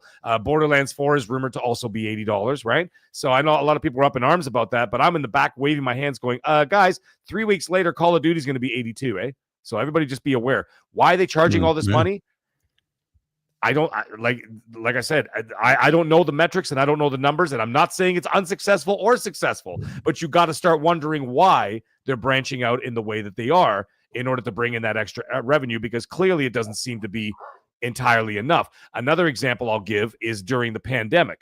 When you look at the pandemic and all the subscription services went through the roof, everybody started showing up with a subscription service, Peacock, right? And all these other ones, they all started showing up. And then everybody started putting their movies day and date in the subscription services, Netflix, Disney Plus, whatever, right? Paramount Plus, all this other stuff, Peacock. So they're putting all these movies over there. But what happened when the pandemic ended and they realized, oh shit, we're not making actually as much money as we thought? They started putting all the movies right back in the movie theaters, and they start selling Blu-rays again. Why? Because it obviously was not enough, and it wasn't working out the way that they wanted to. So I think that a way to do it is you would have to put like some kind of an ultimate tier. I hate to say this, but because they already have this Game Pass Ultimate, for example, right? They're going to be, by the way, they're raising the price very soon. So expect it to be another $5 more beyond that. I would expect by the end of the generation, it'll be up to $30 a month. And then at that point, people are going to start making decisions saying, okay, well, am I going to stick with this, or do I just buy the games piecemeal? Microsoft doesn't care. They're getting their money either way. If I buy them on PlayStation, for example, Microsoft takes 70%. The 84% of Call of Duty that was sold on PlayStation, Microsoft took 70% of that. 30% went to Sony for doing nothing, which is even more hilarious because they didn't even have the marketing rights, and they still got the domination in sales. Right? So they're taking in they're taking in billions. Microsoft's taking in billions. Everybody's happy. Well, they're happy. And that's how that works. What I think may happen, and I know people are like whispering and talking and saying, oh, I think they're going to start removing the day and date thing. I don't think they can walk that back because that would be devastating for their PR. But they are going to start charging more for it. And it's going to become a top tier thing to get that day and date. We've already seen that now, right? Game Pass Ultimate is the only tier that you can get the day and date, correct? Yeah, I mean, that makes... Yeah. So now I think they're going to lock it behind even more money. And then what's going to happen at that point, then people are going to start saying, well, I might as well just buy the game for $70 instead of paying $30 a month for it, or whatever they plan on doing, right? This is just speculation. This is just thought. As for what Shuhei Yoshida said, I think that his business model is based more on like what, for example, Sony does. Sony releases the games, you buy them. And then eventually down the road, they put them on PC, you buy them. That's never going to go day and date, by the way. I am staunchly telling you that is never going to happen. So I know people are saying, oh, they're going to do it because it's the way of the industry. No, it's not. They're not going to release a day and date, and neither will Nintendo. So PC will never get PS5 games or PS6 games day and date unless it's a service game like a Helldivers. But the other games, you ain't getting it that way. That's not the way you're going to do it. And then further on down the road, a year, maybe a year and a half, maybe 2 years down the road, then you're going to see those games show up in PS Plus, right? And as you see now, if you go to your PS Plus, right, you see that those games, a lot of the games earlier in the generation are now there because their sales have dried up at that point. They're like, well, let's continue to get engagement. So they continue to get engagement. I think that's their business model. It's working for them. Great. So Nintendo, they don't really do the same thing, but, you know, they sell their games, whatever. And if Microsoft wants to do this, go ahead. I mean, it's up to them entirely. If they think it's financially feasible, I'm not the one to say whether it's right or wrong. I'm not. That's entirely up to them. If they say successful, I'm like, all right, God bless. Go ahead, have fun. Buy another, vacation house in Baja or whatever, right? Do what you got to do with all your money. But the thing is that when you look down the road at this, you start to wonder, do you think that maybe they were probably saying, we wish we didn't actually put these games day and date on there? There must be someone in there wondering, saying, damn it, that was a mistake. But hey, things happen. You're in a position now. You can't change that. Right. And so I don't know. And that's just now the other thing is, sorry, one last thing. I'm sorry, I'm rambling here, but I just want to say one last thing here is that maybe, and they will always have, first of all, Game Pass will always be there. And I think the reason why, again, it drives people to the store, because when it comes to everything, at the end of the day, everybody, all these companies want you to funnel you into the storefront, because that's where they make all their money. And that's the other thing. Game Pass will bring people in to their storefront, right? So you get in there, you get a Game Pass, whatever, and all of a sudden, well, I want to get this DLC, or I want to get this skin in Fortnite, I want to get, whatever, this weapon in Warzone, or whatever's going on. And they will go to that store. They'll go to Microsoft store because they're already in there. When people say things like, oh, well, Sony sold 100 million pieces of plastic, it means nothing. Actually, it does. It means that they sold 100 million pairs of eyeballs on their goddamn store. And that's all they want. Amazon doesn't give a shit if Reacher season 3 was great or not. It was great, by the way.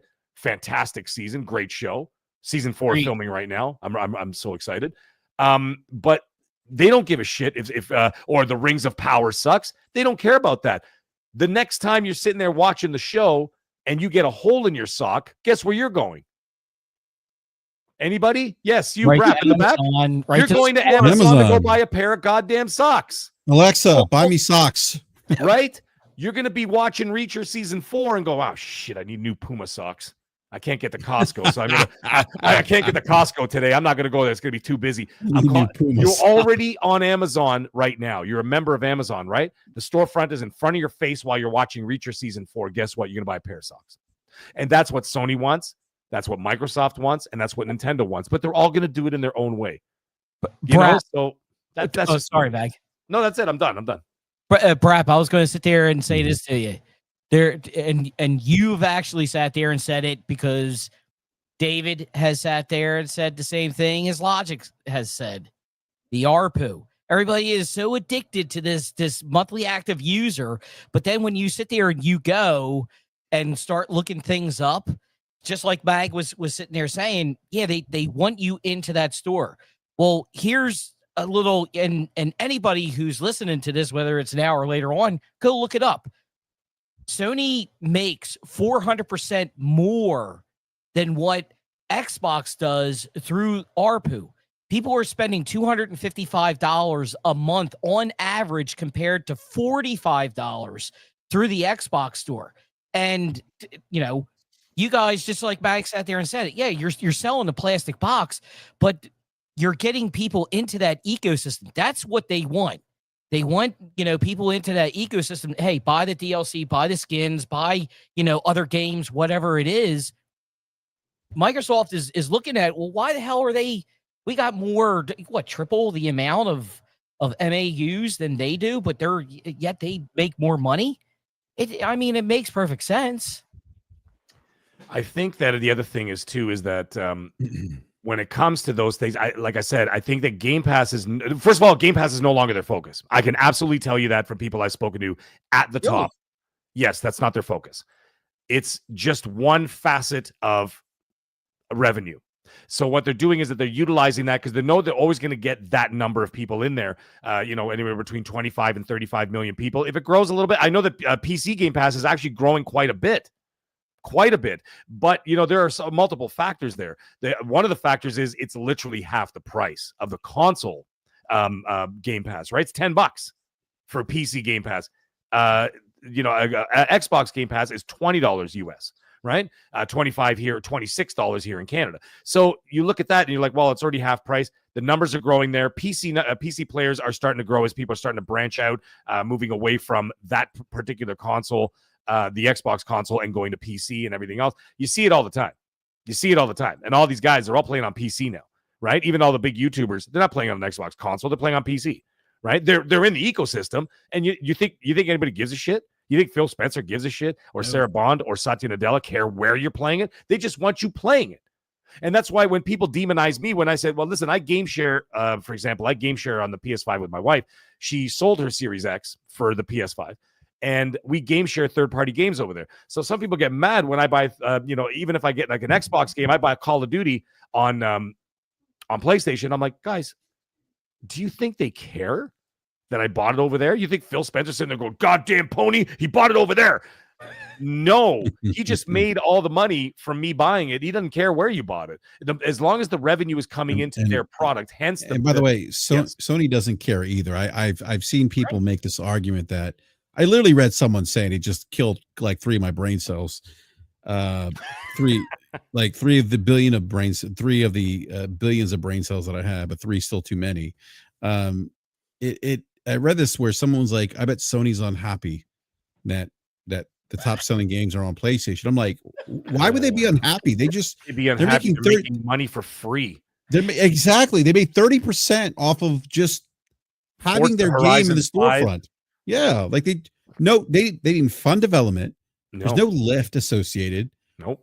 I mean, it's 30%. I mean, like that is if I got 30, where else can you get 30% for doing nothing? Dude, how about it's like pimp money. You're sitting there in the car while the girls are doing their things, and you're just collecting the cash. You're not doing anything.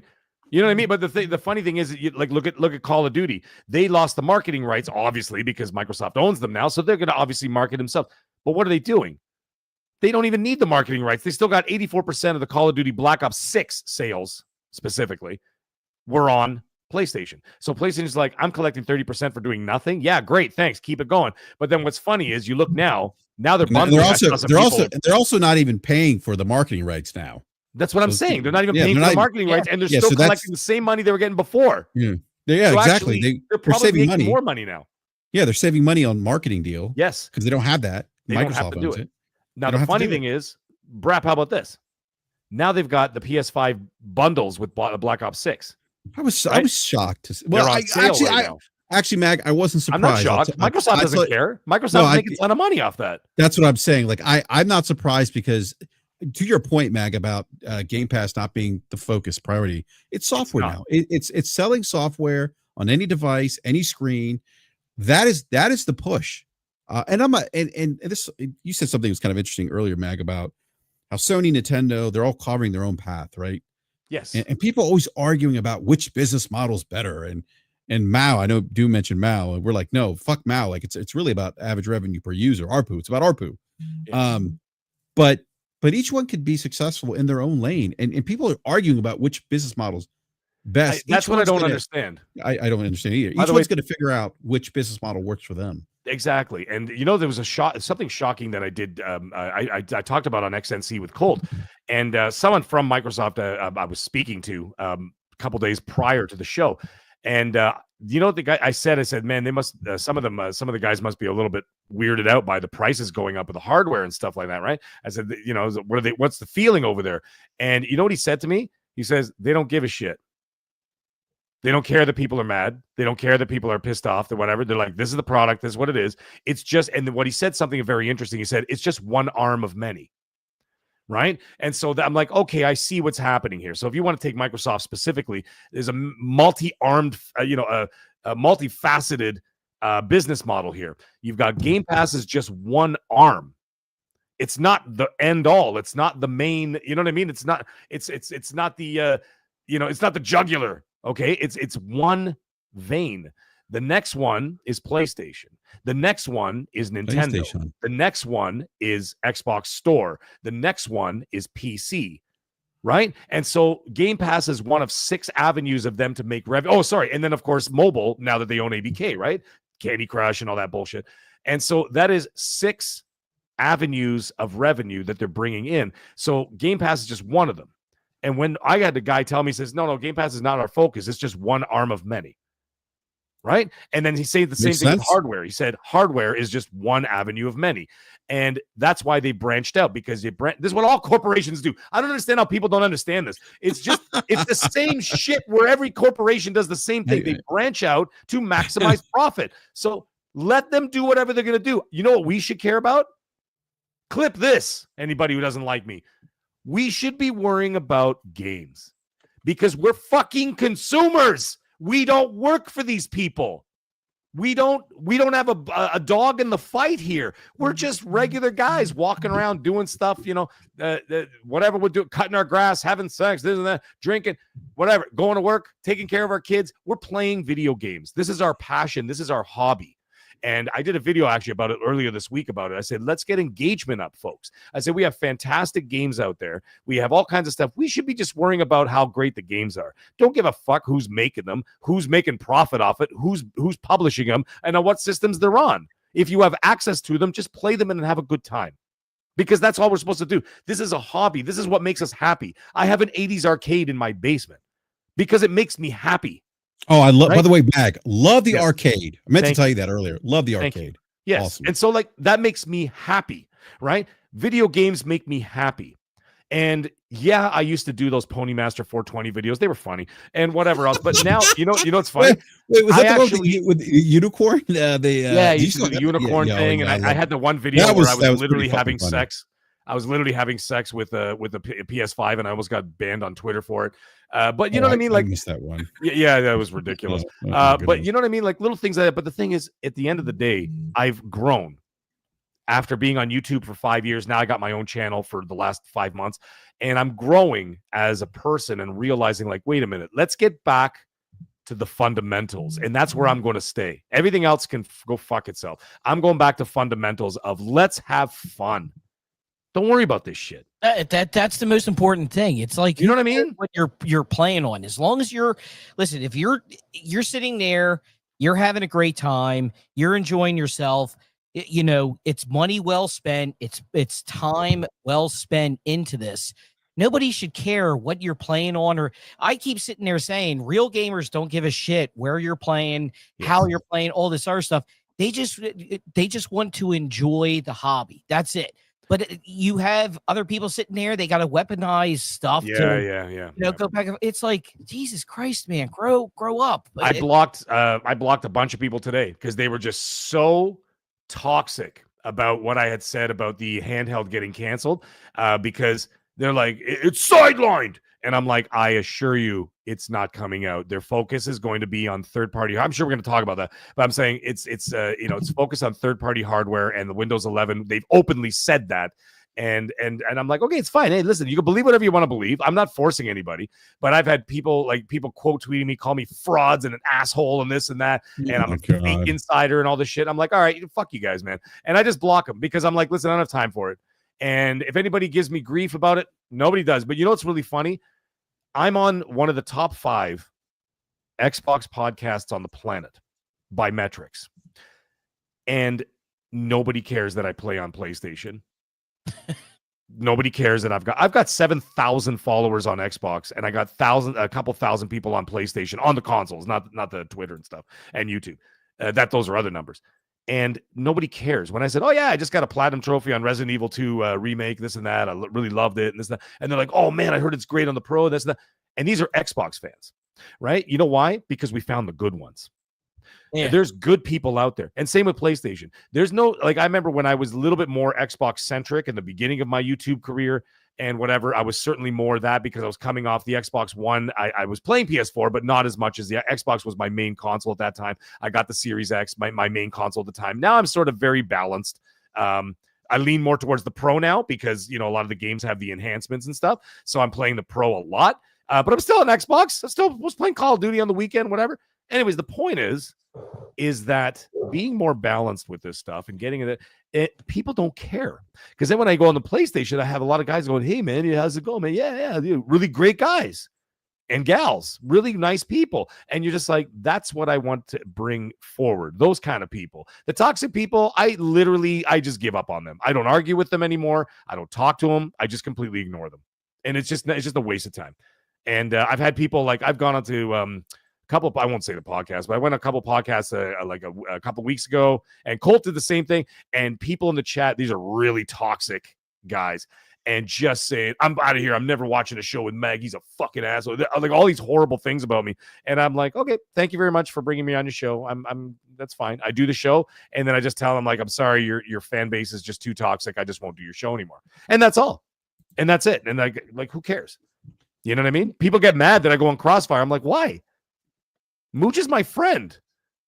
Like, does it matter? You know what I mean? Does it matter at the end of the day? No, people. You know, and then some of these guys who talk shit about Mooch, you know, every time I turn on that Xbox to play Call of Duty with the community, because I have a lot of great guys in the community who want to play and squad up and shit like that. And I play Call of Duty over there, right? Mooch is online. So all these guys are calling him all these names. Mooch is online on the Xbox more than they are. Mm-hmm. You know what I'm saying? I mean, he's yeah. Like, what the fuck? Like, same thing. Reforged Gaming, great, good friend. I talk to him all the time. You know, we DM here and there, whatever, talk, and great guy. And I'm like, what? If he has certain views, I'm not allowed to talk to him anymore. That's like you and I, Braps. What's your favorite team? The Baltimore Ravens? Is that what? If my memory serves? No, Commanders. Oh, the Commanders. Okay, even worse. Perfect. Okay, so Commanders. Are you going to stop talking to me because I'm a Buffalo Bills fan? I might. Fuck off. You know what I mean? But you know what I'm saying? Are you going to stop talking to me because I'm a Bills fan? And why would I? Because I'm not. Is that? So I'm not a fucking child. So what is the difference between that and the consoles? Nothing. It's fandom. It's people acting like fucking children. That's the problem. You know what's funny? When I pissed off more people, I got 500 new subs on the channel this week. Oh, because rage, and I didn't mean rage to. I was drives the algorithm, which is scary, by the way. If you ever I didn't even mean to. All I said was the thing is canceled. I said it's canceled. I said it's not coming. Yeah. But that's all there is to it. I said their focus is elsewhere and whatever. By the way, Project Keenan is still coming this year. Like that's the other thing. I said it in the, and I'm like, did you guys even watch the video? And like 3 minutes in the video, I said Project Keenan, which is the third-party Xbox handheld, is still coming this year. Jez Corden said it as well. He says, guys, it's still coming. This isn't the end of the world. It just means their dedicated handheld is not coming. Right. Yeah. And they said, they said it's sidelined, but sidelined is corpo speak for we're putting it aside for 3 years, and then everybody's going to forget about it like Zune, and then that's it. Yeah. It's fucking gone. Well, I don't want to get into this topic just yet. You don't, do you? No, because there is one thing I want to talk about real quick while I have you on the show, Meg. Yes. Xbox Showcase. Yes. I mean, what are we hearing? What are we hearing? You ready for a real bombshell? Yeah, go ahead. I have no idea. Really? Usually there's like drips of information out there. You know what? You know what? It was funny when I did the show on Monday with Colt. People were asking us like crazy, right? What's going on? What's going on? And even Colt said the same thing. He's like, I'm not hearing anything. And I'm like, and he looked at me, through the screen, and I'm like, dude, I haven't heard anything either. Like nothing. It has been one hell of a great job of keeping this thing under wraps, because if there is one leaky ship in this business, holy shit, is it ever Microsoft? Like I found out about a Blade a year before they revealed it, for Christ's sake. Like, because they were already doing like concept drawings for it well before when they acquired them, right? I knew that game was coming out, and then they announced and everybody freaked the F out and whatever, right? But I'm like, this showcase, and you know what? I'm happy I don't know anything, because I'd like to be a fan for once and just sit back and watch a show and just say, this is fucking awesome. That's great. What a great surprise or whatever, right? Well, that's really cool. I prefer the era when we didn't have the leaks and the insiders, and because you would like E3, you would be surprised. It was it was great, and it was worth watching. Yeah, I don't like the leaks. I used to be like, oh yeah, this is great. I know what's coming, but now I'm like I kind of want to be surprised. But still, Mag, to your point though, I am really surprised that there is nothing that's dripped, dude. Nothing. So, have you been on Twitter? There's nothing on Twitter either. Mag, can you tell me one thing? Sure. What's up? Is the gunk coming to PlayStation? I love that game. I just need to know if that game coming to PlayStation. I have no clue. That's funny though. Yes, that actually was kind of fun. I did enjoy that too. But by the way, you have better things to do right now. You got to go get Guns, Gore, and Cannoli Part 2, please. I do have. The story is batshit crazy.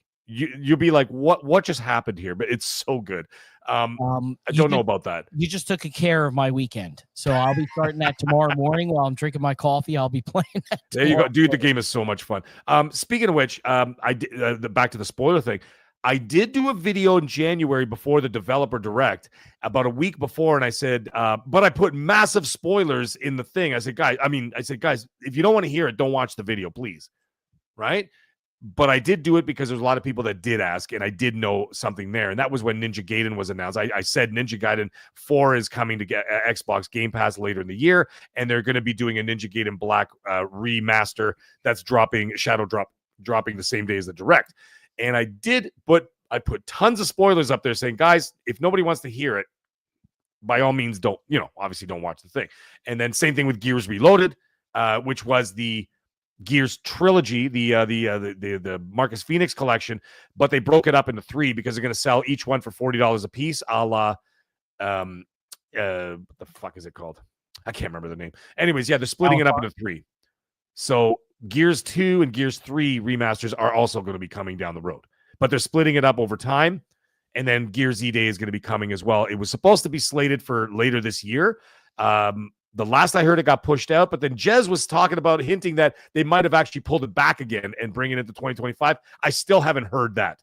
The last thing I heard from someone there said it's been pushed into 2026, and that was his final word. So I listened to him. But Mag, let me yes, all seriousness on this. Are they planning on even? I know Gears 1 and 2 and 3. Yes. But are they thinking about getting the other ones? Don't know. Them? I asked about that too, and there was no answer was given to me. So, and not like maliciously, like we're not telling you. It was just they didn't know because they're not that far yet. Because keep in mind they got a lot of moving parts here. You've got Gears Reloaded coming out in August for all systems. What shocked me actually is that my initial report, they said that there was going to be no multiplayer. It was just going to be co-op and single player only. But then they added the multiplayer in there, and I was legitimately shocked by that news. And when I reached out to my guy, I'm like, "Where were you in that one, dipshit? You could have told me that." And then he's like, "I actually didn't know either." So he didn't know either what was going on in Coalition at that time. So we'll see. But anyways, let's get back to the showcase. It's going to be fun, and I think that this is something that's good for everybody. Because even PlayStation fans got something to look forward to because all those games are going to PlayStation, right? So that's something to look forward to. If you're in the Xbox ecosystem, even better. They're probably going to do like some Game Pass drops in there and maybe like a little surprise, like a couple of weeks later is Tony Hawk 3 and 4. Like, there's a lot going on for everybody as long as you got access. And I think it's great. And it's the last bastion we have of an E3, which I think is an absolute tragedy that all these companies can't come together and put on a big show for all the fans that literally make them hundreds of billions of dollars a year as a thank you, for all the money that these guys make. Just my thought. I'll definitely second that. But I haven't heard anything yet. And I'm sorry to disappoint. Nobody knows anything. And even and listen, let me tell you something. It's not like they're being coy with me. Like Colt is like, I don't know. Like, no, he really doesn't know anything.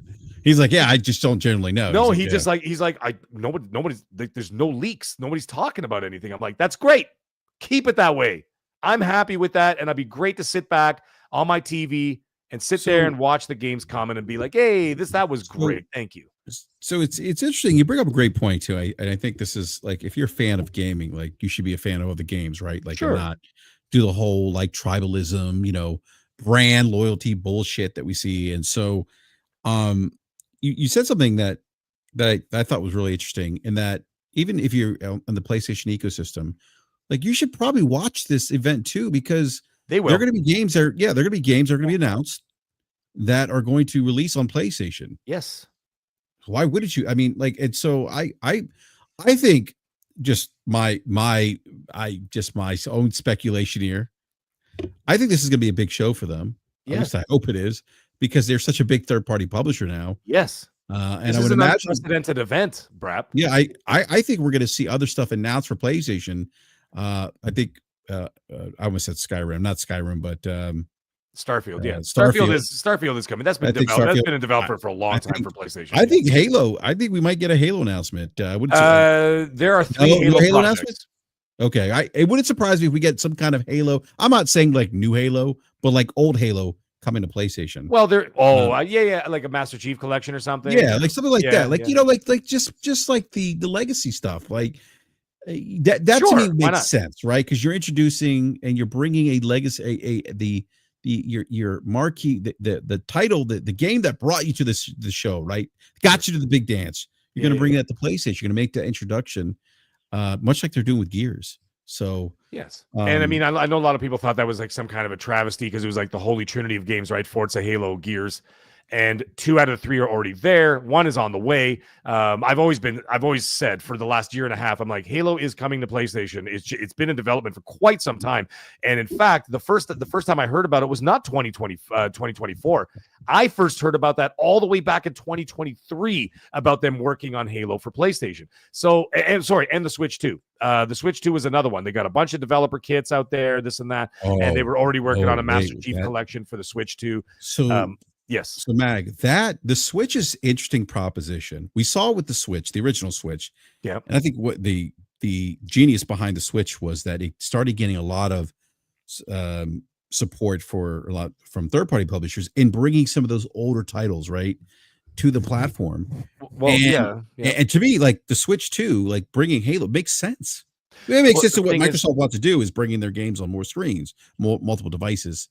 But you're also enticing people to get to those new IPs when they get made, right? That's the whole point. Well, that's the hope. That's like, the hope. Yeah. The hope is, like, for example, for the PlayStation players, when you got Gears Reloaded coming, it's to, for the people who haven't played it. Obviously, there's a lot of people, PlayStation players, who do play Gears on like, let's say a PC or an Xbox, because people have multiple avenues of access, like to for the ecosystems, right? So the thing is, but for the people who haven't played Gears, they'll go back and they'll go and play this and be like, yo, that was dope. I'm now all of a sudden they're like, oh, and by the way, here's another trailer for Gears E-Day coming, whatever, Q1 2026. And then they'll be like, holy shit, now I'm down. Let's get, and then you're going to get PlayStation players buying it. The Xbox people are already there, right? They're already there. So they're going to engage in that however they decide to engage, whether it's Game Pass or whether they purchase it, right? That's up to them entirely. But like, if you're trying to entice that other party to your party, right? You're sending out smoke signals to the party across the street going, guys, we got beer over here too, you know what I mean? It's like, come on over here. We got hot girls and beer. Come on over. I got barbecue going. And then like some of the people look up and go, you know what? Shit, I'm going to go over there. These guys only have wine coolers. I'm going to go over there. You know what I mean? They want to go see what's going on in the other party. And that's how you do it. You do it by bringing in those legacy titles. I could tell you this. Halo Studios is working on 3 Halo games. They are working on a remake, which I don't know what it is, but it's heavily rumored to be the first one. But that's not concrete. Do not quote me on that. They have the next mainline Halo game coming, and then they have an offshoot Halo game in development like ODST and Reach. There you go. Interesting. Yes. I love ODST. Let me grab the super chat real quick. This is actually for you, Mag. Oh, it is? Okay. Cyfix38, the $2 super chat says, Mag, will E-Day launch day and date on PS5? Yes. Oh. Now, is that a Mag prediction, or is that something you're? No, that's it. The reason why the other games, by the way, some of the games were slightly delayed, like Indy Jones. Some of Midnight hasn't made its way over there. What's it called? Hellblade 2 didn't go over there right away. The reason why is because Project Latitude wasn't put into motion once the development of those games had already been well underway. You see what I'm saying? So Will's games were already 3/4 to almost complete at that time before post-production began. And of course, editing and everything else that they have to do. So very, very similar to a movie, right? But those games were already well in development that they had to go back. So what they did is they continued to focus on releasing it for PC and Xbox. And then what happened after that, then they said, okay, well, now that we're in the later stages of the game, break off a team and let's start developing for the PS5. Right? And so there's a delay in the development. However, the other games, the other games that are coming moving forward, they are being co-developed at the same time. Mm-hmm. Right? So that when Gears Z-Day was in full swing, they already had PS5 Pro dev kits. Or sorry, not Pro. Well, they have Pro dev kits at Coalition. They've been working with that. But because Coalition are wizards with UE5, right? And they had the Pro for quite a while. But they already had base PS5 dev kits for quite some time working on E-Day from the beginning. right? So then what happens is what they're doing is now they were playing catch up with all those games. And now the games moving forward, they will be coming day and date with all the systems. So there you go. All right. And, your biggest hint, of course, was Gears Reloaded coming day and date with everything. That should pretty much, if you have any trepidation about what I'm saying, you can basically say, well, that's your biggest clue right there, that they're absolutely releasing everything moving forward day and date. Fable will be day and date. All these games will be day and date, and they're going to be huge as long as the games are quality. And that's another thing I wanted to touch on very quickly, is that it's so important now for them to be like, well, we're not going to make, some people like to say shovelware or Game Pass fodder. I've heard those names go around, right? Well, now they're really going to have to make some pretty good fucking games, because you're asking PlayStation players to spend $70, soon to be $80 a game. They better be bangers, folks, because ain't nobody going to buy a 75 Metacritic for $80, right? These got to be in the 80s, in the 90s, right? So they got to be big bangers, and they know that, and they absolutely know that. They can't rely on Game Pass exclusively, right? Or PC. Now they're like, oh, we have to make sure this product is top notch, because we want that ecosystem of PlayStation players, which is 100 million plus soon enough, right? We want those people to buy our games. Quality is what trumps all, right? And so when you get to that the games have to be fantastic. Look at Doom. I know that that's a touchy subject for a lot of people right now, because some people are saying it's a failure, some people are saying it's a success. They say, oh, well, we had 3 million people look at it. I'm like, okay, what does that even mean? Who bought it, what bought it, whatever. But it's not selling in the millions as it stands, right? And I think to me, I kind of see why, now that I've played through the game twice, that I'm like, I said this right on the air on XNC. I'm not afraid to say this shit. I said, if you were to ask me I played it on Game Pass, if you were to ask me if I were to purchase that for the PlayStation for $70, the answer is no. I would not buy it for full price.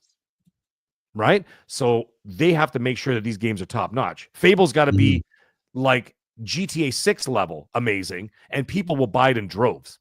And they're going to make a shit ton of money off of that. Subscribers are going to go up. PlayStation players are going to buy it. You know what I mean? PS5 Pro Enhanced. PC, it's going to be amazing. Whatever, right? On their 5090s, 976 frames per second. You know what I mean? Whatever. You know what I'm saying? And so, they have to make sure that these are top quality. Otherwise, people are not going to buy them. All I got to say is this. If you guys are talking about legacy titles, if you brought everything back from the Xbox One, the 360, and the Xbox One or whatever, the first Xbox and then the Xbox One, I'll buy it all. I enjoyed the old Fable games, Crackdown, all that stuff. I'll go out and buy all that stuff. I don't care. Yeah. I want it. I'm going to buy. I will buy. Let's just say they do Halo Master Chief Collection. I'll buy that for the PS5 Pro, and I'll stream it. It'll be hilarious. I'll have a great time. And they're going to start doing cross-platform for everything, right? So everything's going to be just like Call of Duty. Just like any other game, all going to be cross-platform. And so at some point, it doesn't matter where you're going to play. I could still play with all my Xbox friends on my PlayStation 5 Pro and stream it on YouTube, on my channel, having a blast. I think it'd be hilarious. Have a great time. And these are all good things, because it gives people access to games that maybe they never experienced. Because there are some people out there that have literally only been on PlayStation, right? And that's fine. Whatever. And they're like, I've never played a Gears game. I've had people reach out to me like, Mag, I've never played Gears. I'm like, well, you're in for a treat. I think you'll really enjoy it. Give it a shot. It's a cheaper game. What are they charging? $40, right? US? Yeah, $40. Yeah. Well, there you go. So I'm like, that's not a huge dent in the wallet. And there's multiplayer. I think that's great. I said, get in there. Have some fun. See, Matt, you're sitting there, you're saying that when I bought a 360, I brought it up to a buddy's house. I was showing him Gears and all that. And I'm like, you going to go out and get one? He's like, yeah, I'm not just going to get it for one game. But I just sat there a couple weeks ago and told him, I'm like, I keep hearing Gears is coming to PlayStation. He's like, oh, yeah. He says, I'm going to go out and buy it. So sure, that's great. That's great. And Microsoft is banking on that. Yeah. Right. They want you. They want people to go out there and buy it. Obviously, they want more people exposed to the product. It doesn't mean the other side is failing. It doesn't mean they're failing. It just means they're expanding their product. I think that people are getting too extreme with some of those words, throwing those words around. They're not making as much as Sony in the gaming department, not even close. But they're making billions of dollars, which means they're still doing well. It's a healthy ecosystem for them. Maybe not as much as they would want. Everybody wants more, right? Everybody wants some. 1985, Van Halen. But you know what I mean? It's just that's just the nature of the beast. And they're just going to continue to do that. I'm not defending Xbox. I shit all over Xbox on a regular basis. The first half of this generation was a fucking travesty. It was a fucking travesty. My wife sold her Series X. I'll never forget that. I was sitting down in my area, right? We have separate areas, obviously, for gaming, eh? So, and I hear all this unplugging and shit going on upstairs. I go, what is she doing up there? Because she's farting around with the home theater, right? And I hear plug, unplug this. I said the story a million times. And I see her carrying out this box with all these wires hanging out of it. I go, what are you doing? And she goes, I'm done with it. I'm done. She goes, I haven't played anything. I played like 2 games, Hogwarts Legacy and Assassin's Creed Valhalla. That's what she played this generation. Right. And she's like, I'm done. And she went to the store, bought a PS5 and that's her decision. Right. She went and did that. So the first half of this generation, I shit all over. But listen, they're turning the ship around in a different way. They're the way that their business model is. If it's working for them, fantastic. I don't have to worry about it. It's not my business model. It's theirs. They can do whatever they want. Just give me great games. And if your games are shit, I'll tell you your games are shit. I think Doom is mediocre. There you go. Mag, I'm getting ready to pack up my Xbox Series X and go trade it in right after, the showcases and everything. Right. Trade it in. But listen, I'm taking that money that I get for trade-in. I'm giving it right back to Microsoft. Whatever stuff they got coming out, Gears, Halo, whatever it is. Well, isn't that interesting? I'm taking my money and buying their games on PlayStation. Because for me, and I've tell everybody this, I'm a trophy guy. I love the platinum thing, all this other crap. That's how you doing this gen for platinums, by the way? What's that? How you doing for platinums this gen so far? 83. God damn it! This generation alone? No. Oh. No, before I only had 10 in the PS4, but I started like 20. So you got 70 something this gen. Yes, you but listen, bastard. I got to start following you guys on PlayStation Net. I just platinumed High on Life. Oh yeah, wow! I enjoyed the hell out of that, and then I played High on Knife, the DLC. The DLC, yeah. Yo, if nobody ever played High on Life, the end gun, let's do it. You'll be laughing your ass off. That gun is amazing. So. Let me see my last 2 platinums. I got 47 platinums this gen alone. And my last 2 platinums were Star Wars Outlaws and Resident Evil 2 Remake. I did those in the last couple of weeks. I'll tell you mine. Star Wars Outlaws was fantastic, by the way.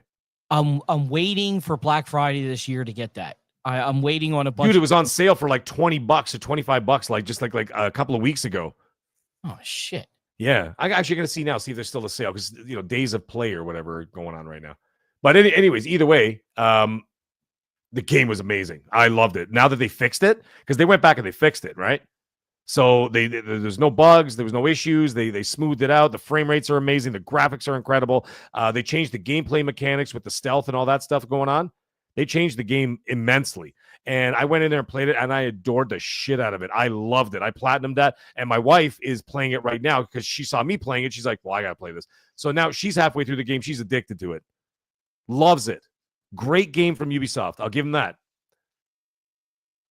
I got a list. I'm going to try and do, or at least get to 150 platinums next year. And I got a list of games I'm going through, how long it's going to take and all that. It's a nerdy way, but it's like, but see, that's the one thing that I sit there and I'm like, and it has nothing to do with what console you're with, because you can do the same thing with achievements and everything. It's like, right. Here, this is what I want to set my focus on 100,000 achievement score for this year. And you can sit there and focus. You can make kind of like mind games up in that kind of thing. And that's what I try to do, just to enjoy stuff more. And then also get back to, I got to get to my backlog, because it is literally horrible. But that's what I'm doing now. Yeah. I'm playing Dragon Age Veilguard, which I got for free a few months ago. Prince of Persia, The Lost Crown. Great game, by the way. Another Ubisoft classic. What a fantastic game. If you haven't played that, or you're a fan of like Ori and the Blind Forest, or Metroidvania kind of games. Is that what they're called? Okay, yeah. Fantastic game. Prince of Persia, The Lost Crown. Amazing game. I'm playing those two on PlayStation. Like I said, I just finished Outlaws and Resident Evil 2. And then on Xbox, Call of Duty, and I finished Doom already, and I'm dabbling in Clair Obscur. So, like, a little bit of everything. And I'm pretending the Switch 2 is not coming out. Because in Canada, you ready for this shit? For the bundle with what's it called? With Mario Kart, $800. Yep. Fuck off. Wow, $800. Yep. And everybody thinks I'm full of shit. Someone called me out on Crossfire last night. I'm like, go check it out, dude. $700 plus tax, 15% tax here in Ontario, Canada. $799. There you go. I'll be right back. I just gotta go check something. That's insane. $800. I don't know. BRAP, I'm sorry to keep. I know you want to get to these topics, and I keep interrupting. I don't care. No, it's a talk show. It's a talk show, Doomsayer. I don't care. I mean, this is really the last topic anyway. So what I have here on the screen, I'll wait till Matt gets back. But it's I have this. I was talking to Logic today about. We were talking about the hardware thing with Xbox, and he put something in Chat GPT, which is kind of interesting. He was asking Chat GPT if oh shit, what was it? So here's what's interesting about the Series X. So apparently it's not as easy to find new Series X consoles. I know Logic had mentioned he'd walk into his local GameStop, or not GameStop, but local Best Buy. And we're not saying that this is the case for all Best Buys, but he mentioned that he was told they didn't have any Xbox Series X consoles on the floor for sale. Basically, he was told that they had inventory in the back, and they weren't going to, once they got through that inventory, they weren't going to order additional inventory, and that they only do so if a customer came in and requested an Xbox Series X. Then they would place an order to bring that in store or ship that out to the customer. Can we dovetail into that topic quick? Because I do have to get running. Yeah, well, that's your timing's perfect, because I want to, because now we get reports of, and I know you talked about this earlier, Mag, but pulling back development on its own Xbox handheld. You're saying that it's canned. I don't disagree with you. Yeah, I have my own theories about Xbox hardware, which I'll get into in a bit. But go ahead, Mag. Yes, I'll be brief here. What they're focusing on, and they literally said they said they've sidelined it for now.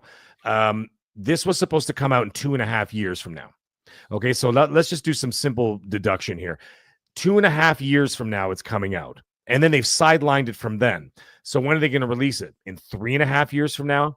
4.5 years from now, when they sideline this thing? And what's happening is that they're going to continue to utilize their teams to improve Windows 11 operating systems on third-party handhelds that they don't build, like the one that's coming out later this year, the Project Keenan one, right?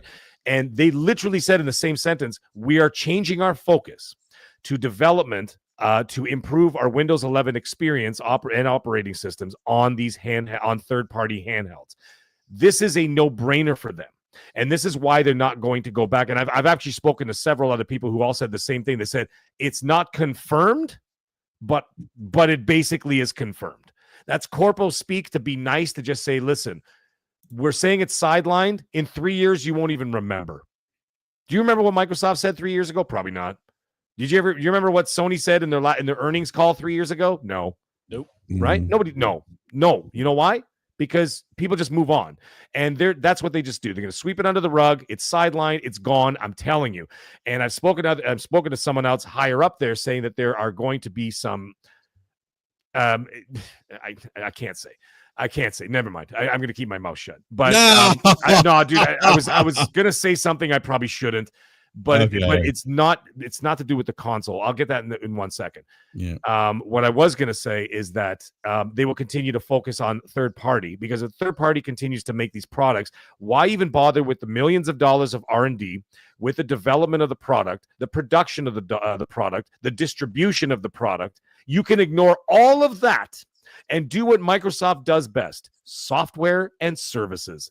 That is what they focus on, right? And that's what they're going to continue to do here. Whether it sees success, we don't know. The Steam Deck has sold 4 million units. And as it stands right now, I think I checked just the other day, is that Raw Ally sitting at around 800,000 units, right? Maybe great for the companies. I don't know how profitable it is for all of them. I'm sure Steam Deck's doing fantastic. Raw Ally, I'm not sure. I don't know if 800,000 units is enough for them, but that's not for me to decide. And I think that Microsoft would like to sit on the sidelines and say, listen, instead of offering hardware while other people are making it, why do we offer improved accessibility of our product? Does that make more fucking sense to you? I think so. So when someone sits down and calls me an asshole and a fake insider and a this and a that, and I'm saying, guys, just sit back, take a breath, and use a little logic, and then you'll actually see the forest through the trees. And you'll understand exactly what they're doing. You could see the code of the Matrix every time they talk. If you sit back, really absorb what they say calmly, and do a little deduction and saying, you know what? That thing ain't coming out. And I've spoken to a couple of tech experts who said the same thing. They're saying, this doesn't make any sense. They're sidelining it to get it out of the spotlight, and it's gone. Right? And that's all there is to it. So it's not concrete that it's gone, but you can pretty much rest assured it's gone. Now, as for the hardware, I know that that's your title of your show. As it stands, there's still a console coming. And the console will continue to come. Why? Because they're still going to base it on demand, right? Just like you just said, they may not have any on the floor. They're not going to have them stacked up in warehouses. They're going to do what Apple does. Apple has very expensive products out there, right? And they have a wide variety of prices. However, the top tier stuff they make based on demand. So what they do is that if people order them, like that, for example, they got a $3,000 VR headset, for Christ's sake. Who's buying those? Do you think that they got a giant warehouse in China filled with $3,000 headsets? Not a chance.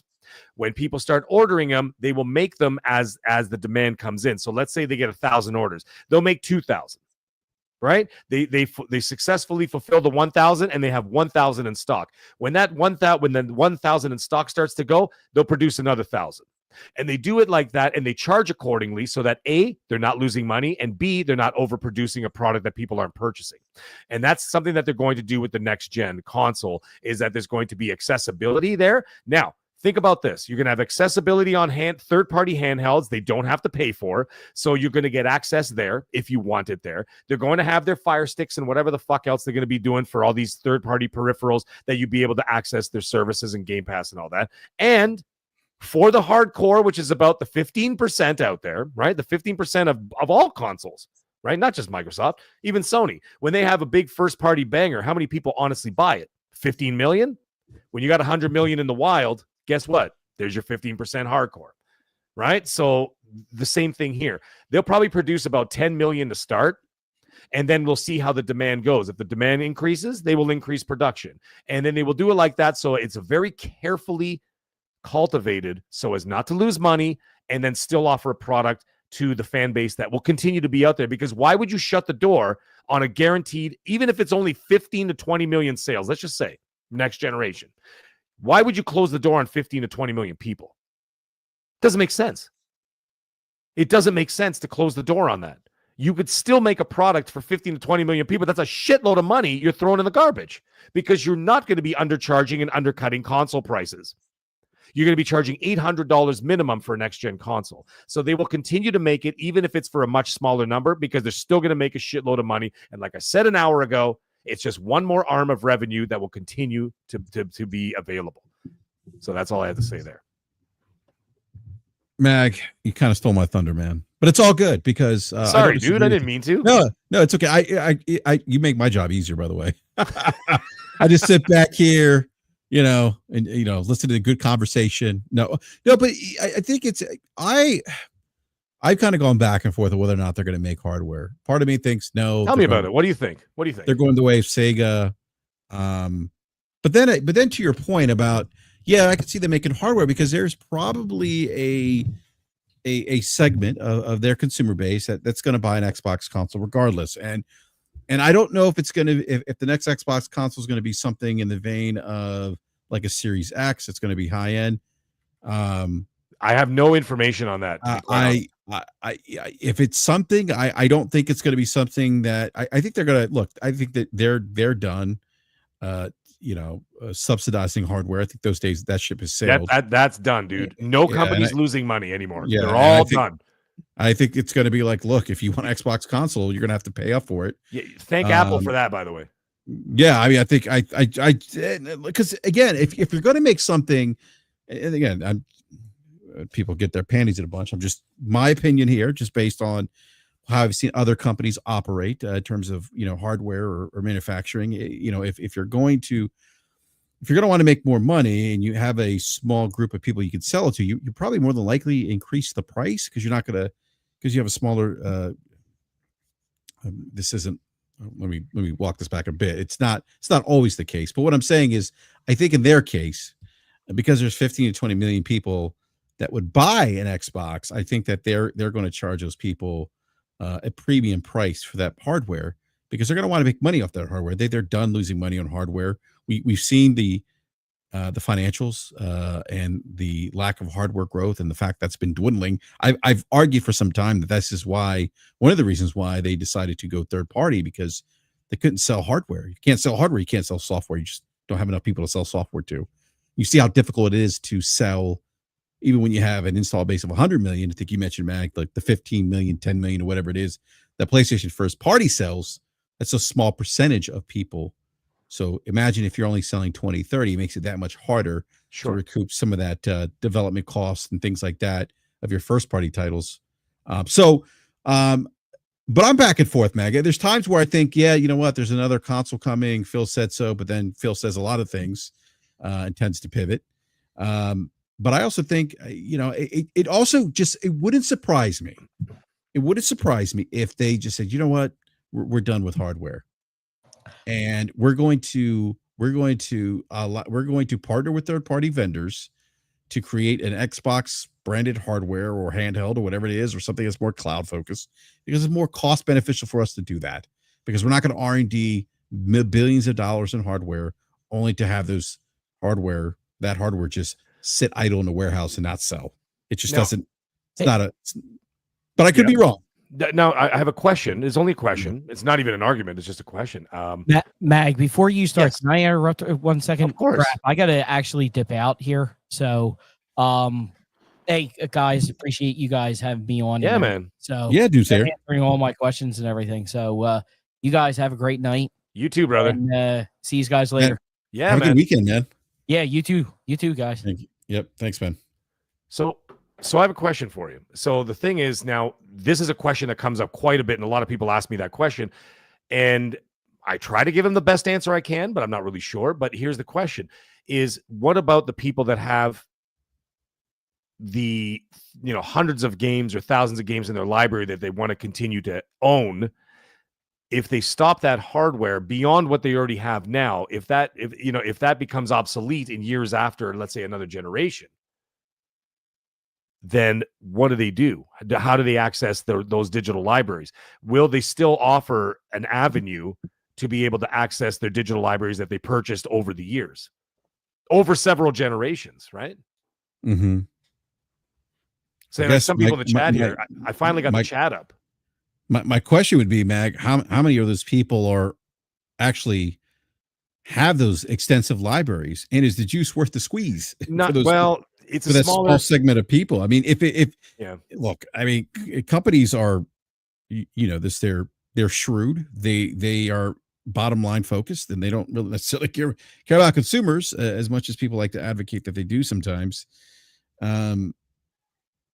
I think it's a fair question, but I don't know. I mean, I don't know how many of those people exist, and if Microsoft views that investment as worthwhile for them, I'm sure they'll know because they have the metrics. I don't. Oh yeah, they definitely know. Yeah. But I don't know. It'll be interesting to see. It's a very interesting scenario that's going to play out in 2 years' time. how this is all going to go down. I don't think it's going to be Xbox Series X level in the future. Like, so basically, you're thinking it's going to be like an accessibility box. Yeah, I don't think it's going to be like the Ferrari of consoles. I think I would be surprised, because I think if you're gonna, if you're like, okay, we have enough people where we don't want to abandon those people because they've invested in this ecosystem. We don't want to walk away from that. And we can sell something to them so they can access their ecosystem, because people value their ecosystems, right? Right. Then I could see something doing them,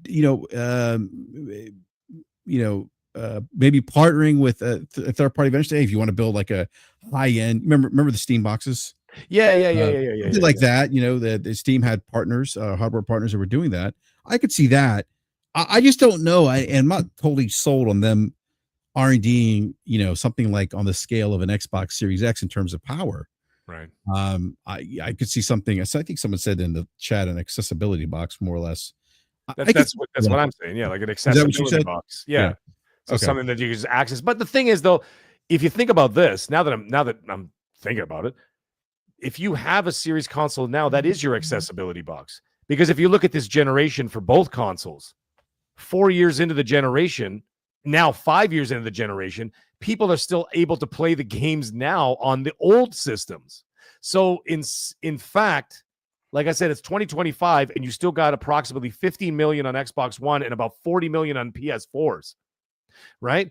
And that's 5 years into the generation. So if you think about that, let's just say, for argument's sake, you had a Series X and you're keeping it, then by all intents and purposes, it would still be good in 7 years from now, 5 years into the next generation, because there's 2 more years left in this, and then tack on another 5 like in this generation, because the new consoles came out in 2020. People are still playing the old consoles now in 2025. So essentially, you could still have an accessibility box already in your house and not have to buy another hardware. So there's an argument there too, where maybe they can integrate some kind of a cloud something or other and say, okay, well, you know what? You can get the new games on the cloud and you can still access it through your box. We'll just do it through that way.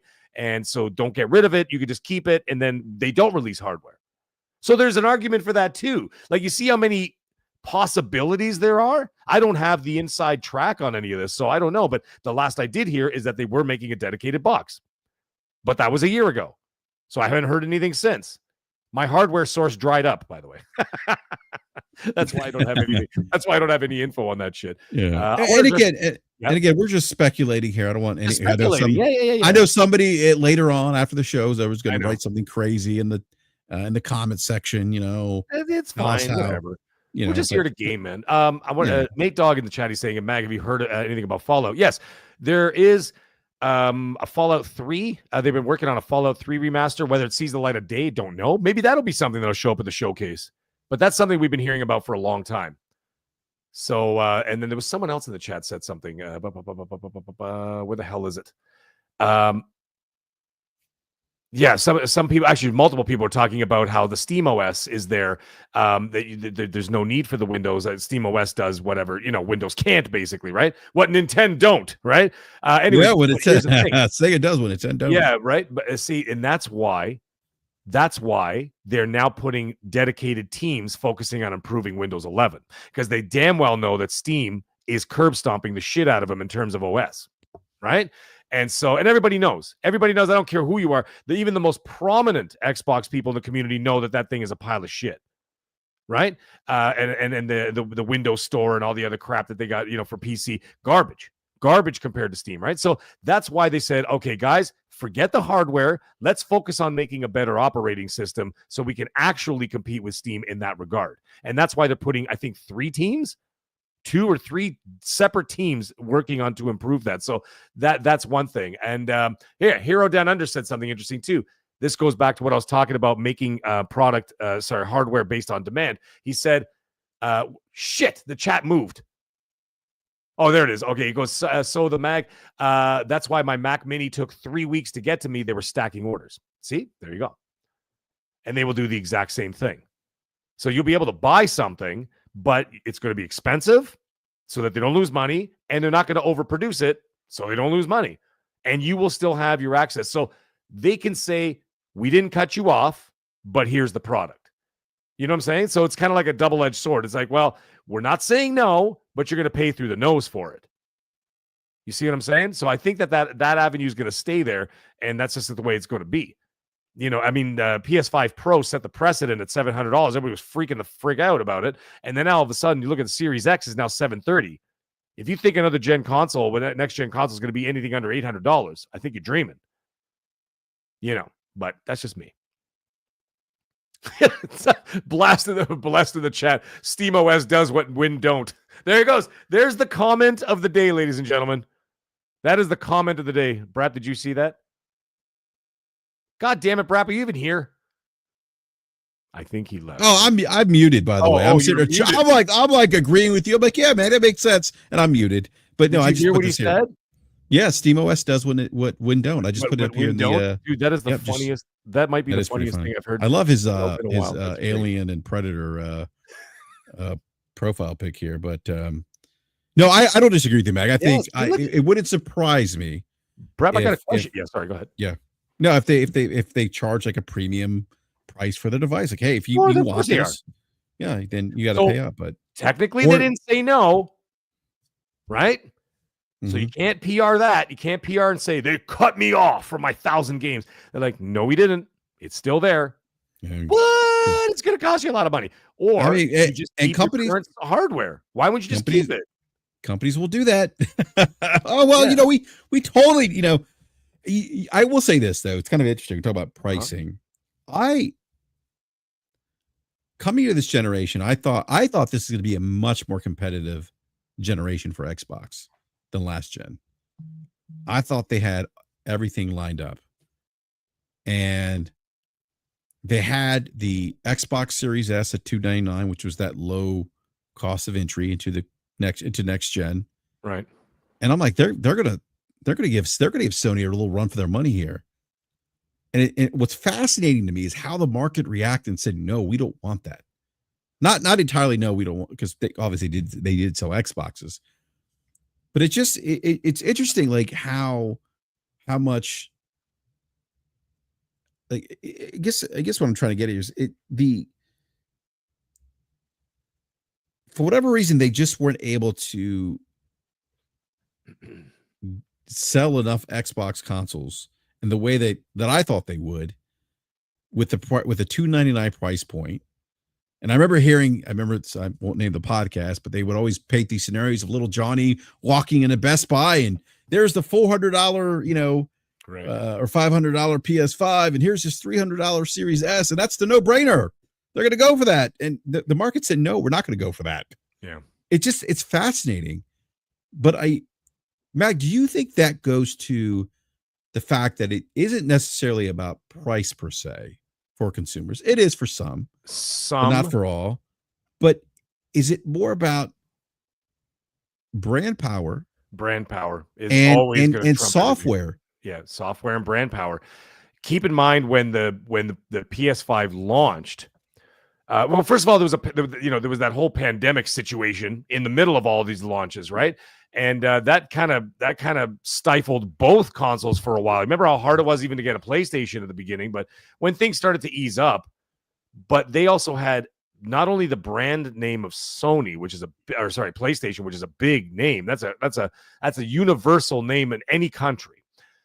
Then they also had the Universal Spider-Man. They had a Miles Morales in there. They had trailers for Spider-Man 2 in there. They had God of War going in there after the, you know what I mean? Like they were riding off the success of the latter half of the PS4 generation. And then they put those games in the forefront. So when people said, hey, did you like this? You're getting more of that. Right. And I think that people jump in there very quickly and say, hey, I can't miss out on this stuff, because you have to put it in a way to be like, you can't leave this ecosystem. Otherwise, you're going to miss out on this. And they're masters of marketing. Let's face it. They're masters of marketing. Sony are incredible at marketing. One thing I've criticized Microsoft this entire generation is their mixed messaging has been absolutely atrocious up until now. Now it seems to be getting a little bit better. But then, is it really? Then all of a sudden, yesterday, they're saying, oh, well, we sidelined this. And like, well, did you really? And then last year was, well, it's just 4 games. And I'm like, no, just it's 4 not. games. Don't get used to this. I'm like, you know, and I knew from the beginning. I said he's lying. He's lying from the beginning. I said it because I already knew the same people that he works with who literally said it's not 4 games. And when he said that, I said it's not. And so on and on and on and on and on. So maybe their mixed messaging is still a thing. And when you got that with consumers like to be very cut and dry. Keep it simple, stupid. Keep it simple. And that's what Sony does. They don't complicate things. They don't do the only thing that Sony does complicated that drives me insane is the PS Plus tier, the tiers. Oh, they drive me to tears with that bloody thing. I don't know what it's called. What the hell is it for? What does this do? What gives me this? And I'm like, ooh, I want to download this game. Can't do it. You have to be part of this tier. I'm like, fuck, man. Just make it simple. But other than that, what do? They sell you a box. They sell you the game. That's it. Well, that's why I say the brand. I mean, the brand, just for Nintendo too. Like, you know what you're getting when you get PlayStation, Nintendo. Like, you know what you're going to get. Well, the Japanese are very risk averse. I can tell you that when it comes to their business, business models, they're very risk averse. I mean, a lot of corporations are, but they're extra risk averse. And when they have a tradition and the tradition works for them, they don't really deviate from that. And why? Because it's working for them. They're like, well, why would we?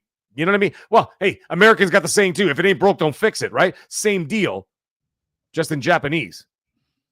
Right? And they will continue to work on that, and they will continue to keep that tradition alive because it works for them. And that's all there is to it.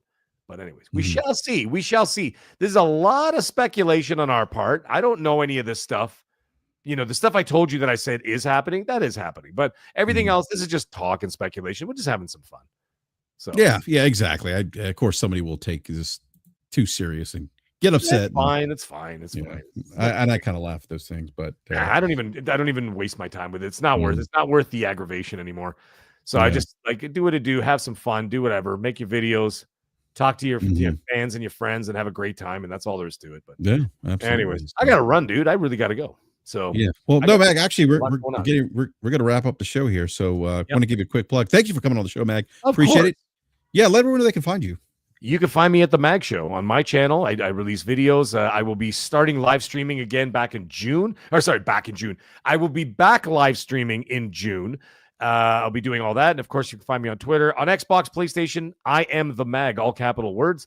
I'll even put a link to my channel if anybody cares. Anybody wants to check it out. There we go. I just pasted it in there. So if anybody's interested, go check it out. Check out the channel, see what's going on. But we shall see. But either way, chat, you guys were awesome tonight.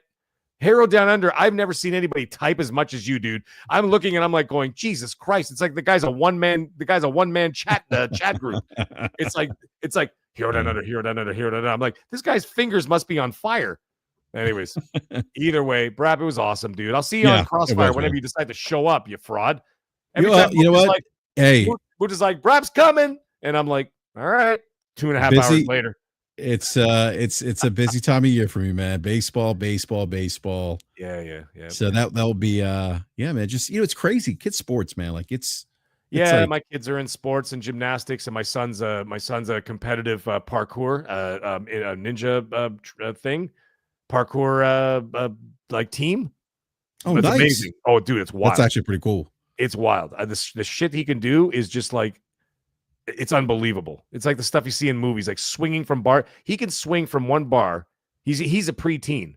He can grab onto a bar, swing from one bar 7 feet away, and grab on with one hand, swing off to the thing, run vertically up a bloody wall. I've never seen anything like it. And when I go see the competitions, it's like Assassin's Creed. He basically is. He basically is an assassin. Yeah, he's training. Yeah, I mean, your son is going to be an assassin. Well, that's perfect. Because I have a whole list of people that never mind. Oh my God! Sorry, the FBI's watching because of the mafia ties. So now I got to go to my son to deal with it. Get a little misdirection. Anyway, exactly. Anyways, all right, Mag. All right, boys it, and girls. Everybody have a great night. We'll talk to you guys all real soon. All right. Yep. And everyone, thank you again for watching BRAP tonight. Please do me a favor, hit that like button. Do the YouTube thing. Consider subscribing, hit the bell notification so you're alerted when we go live. Big shout out to Doomsayer who joined us as well. And please check out the Mag Show. Drop the link here. Thank you. In the live chat. So we'll catch you guys next week. Catch you guys and girls next week, I should say. And see you then.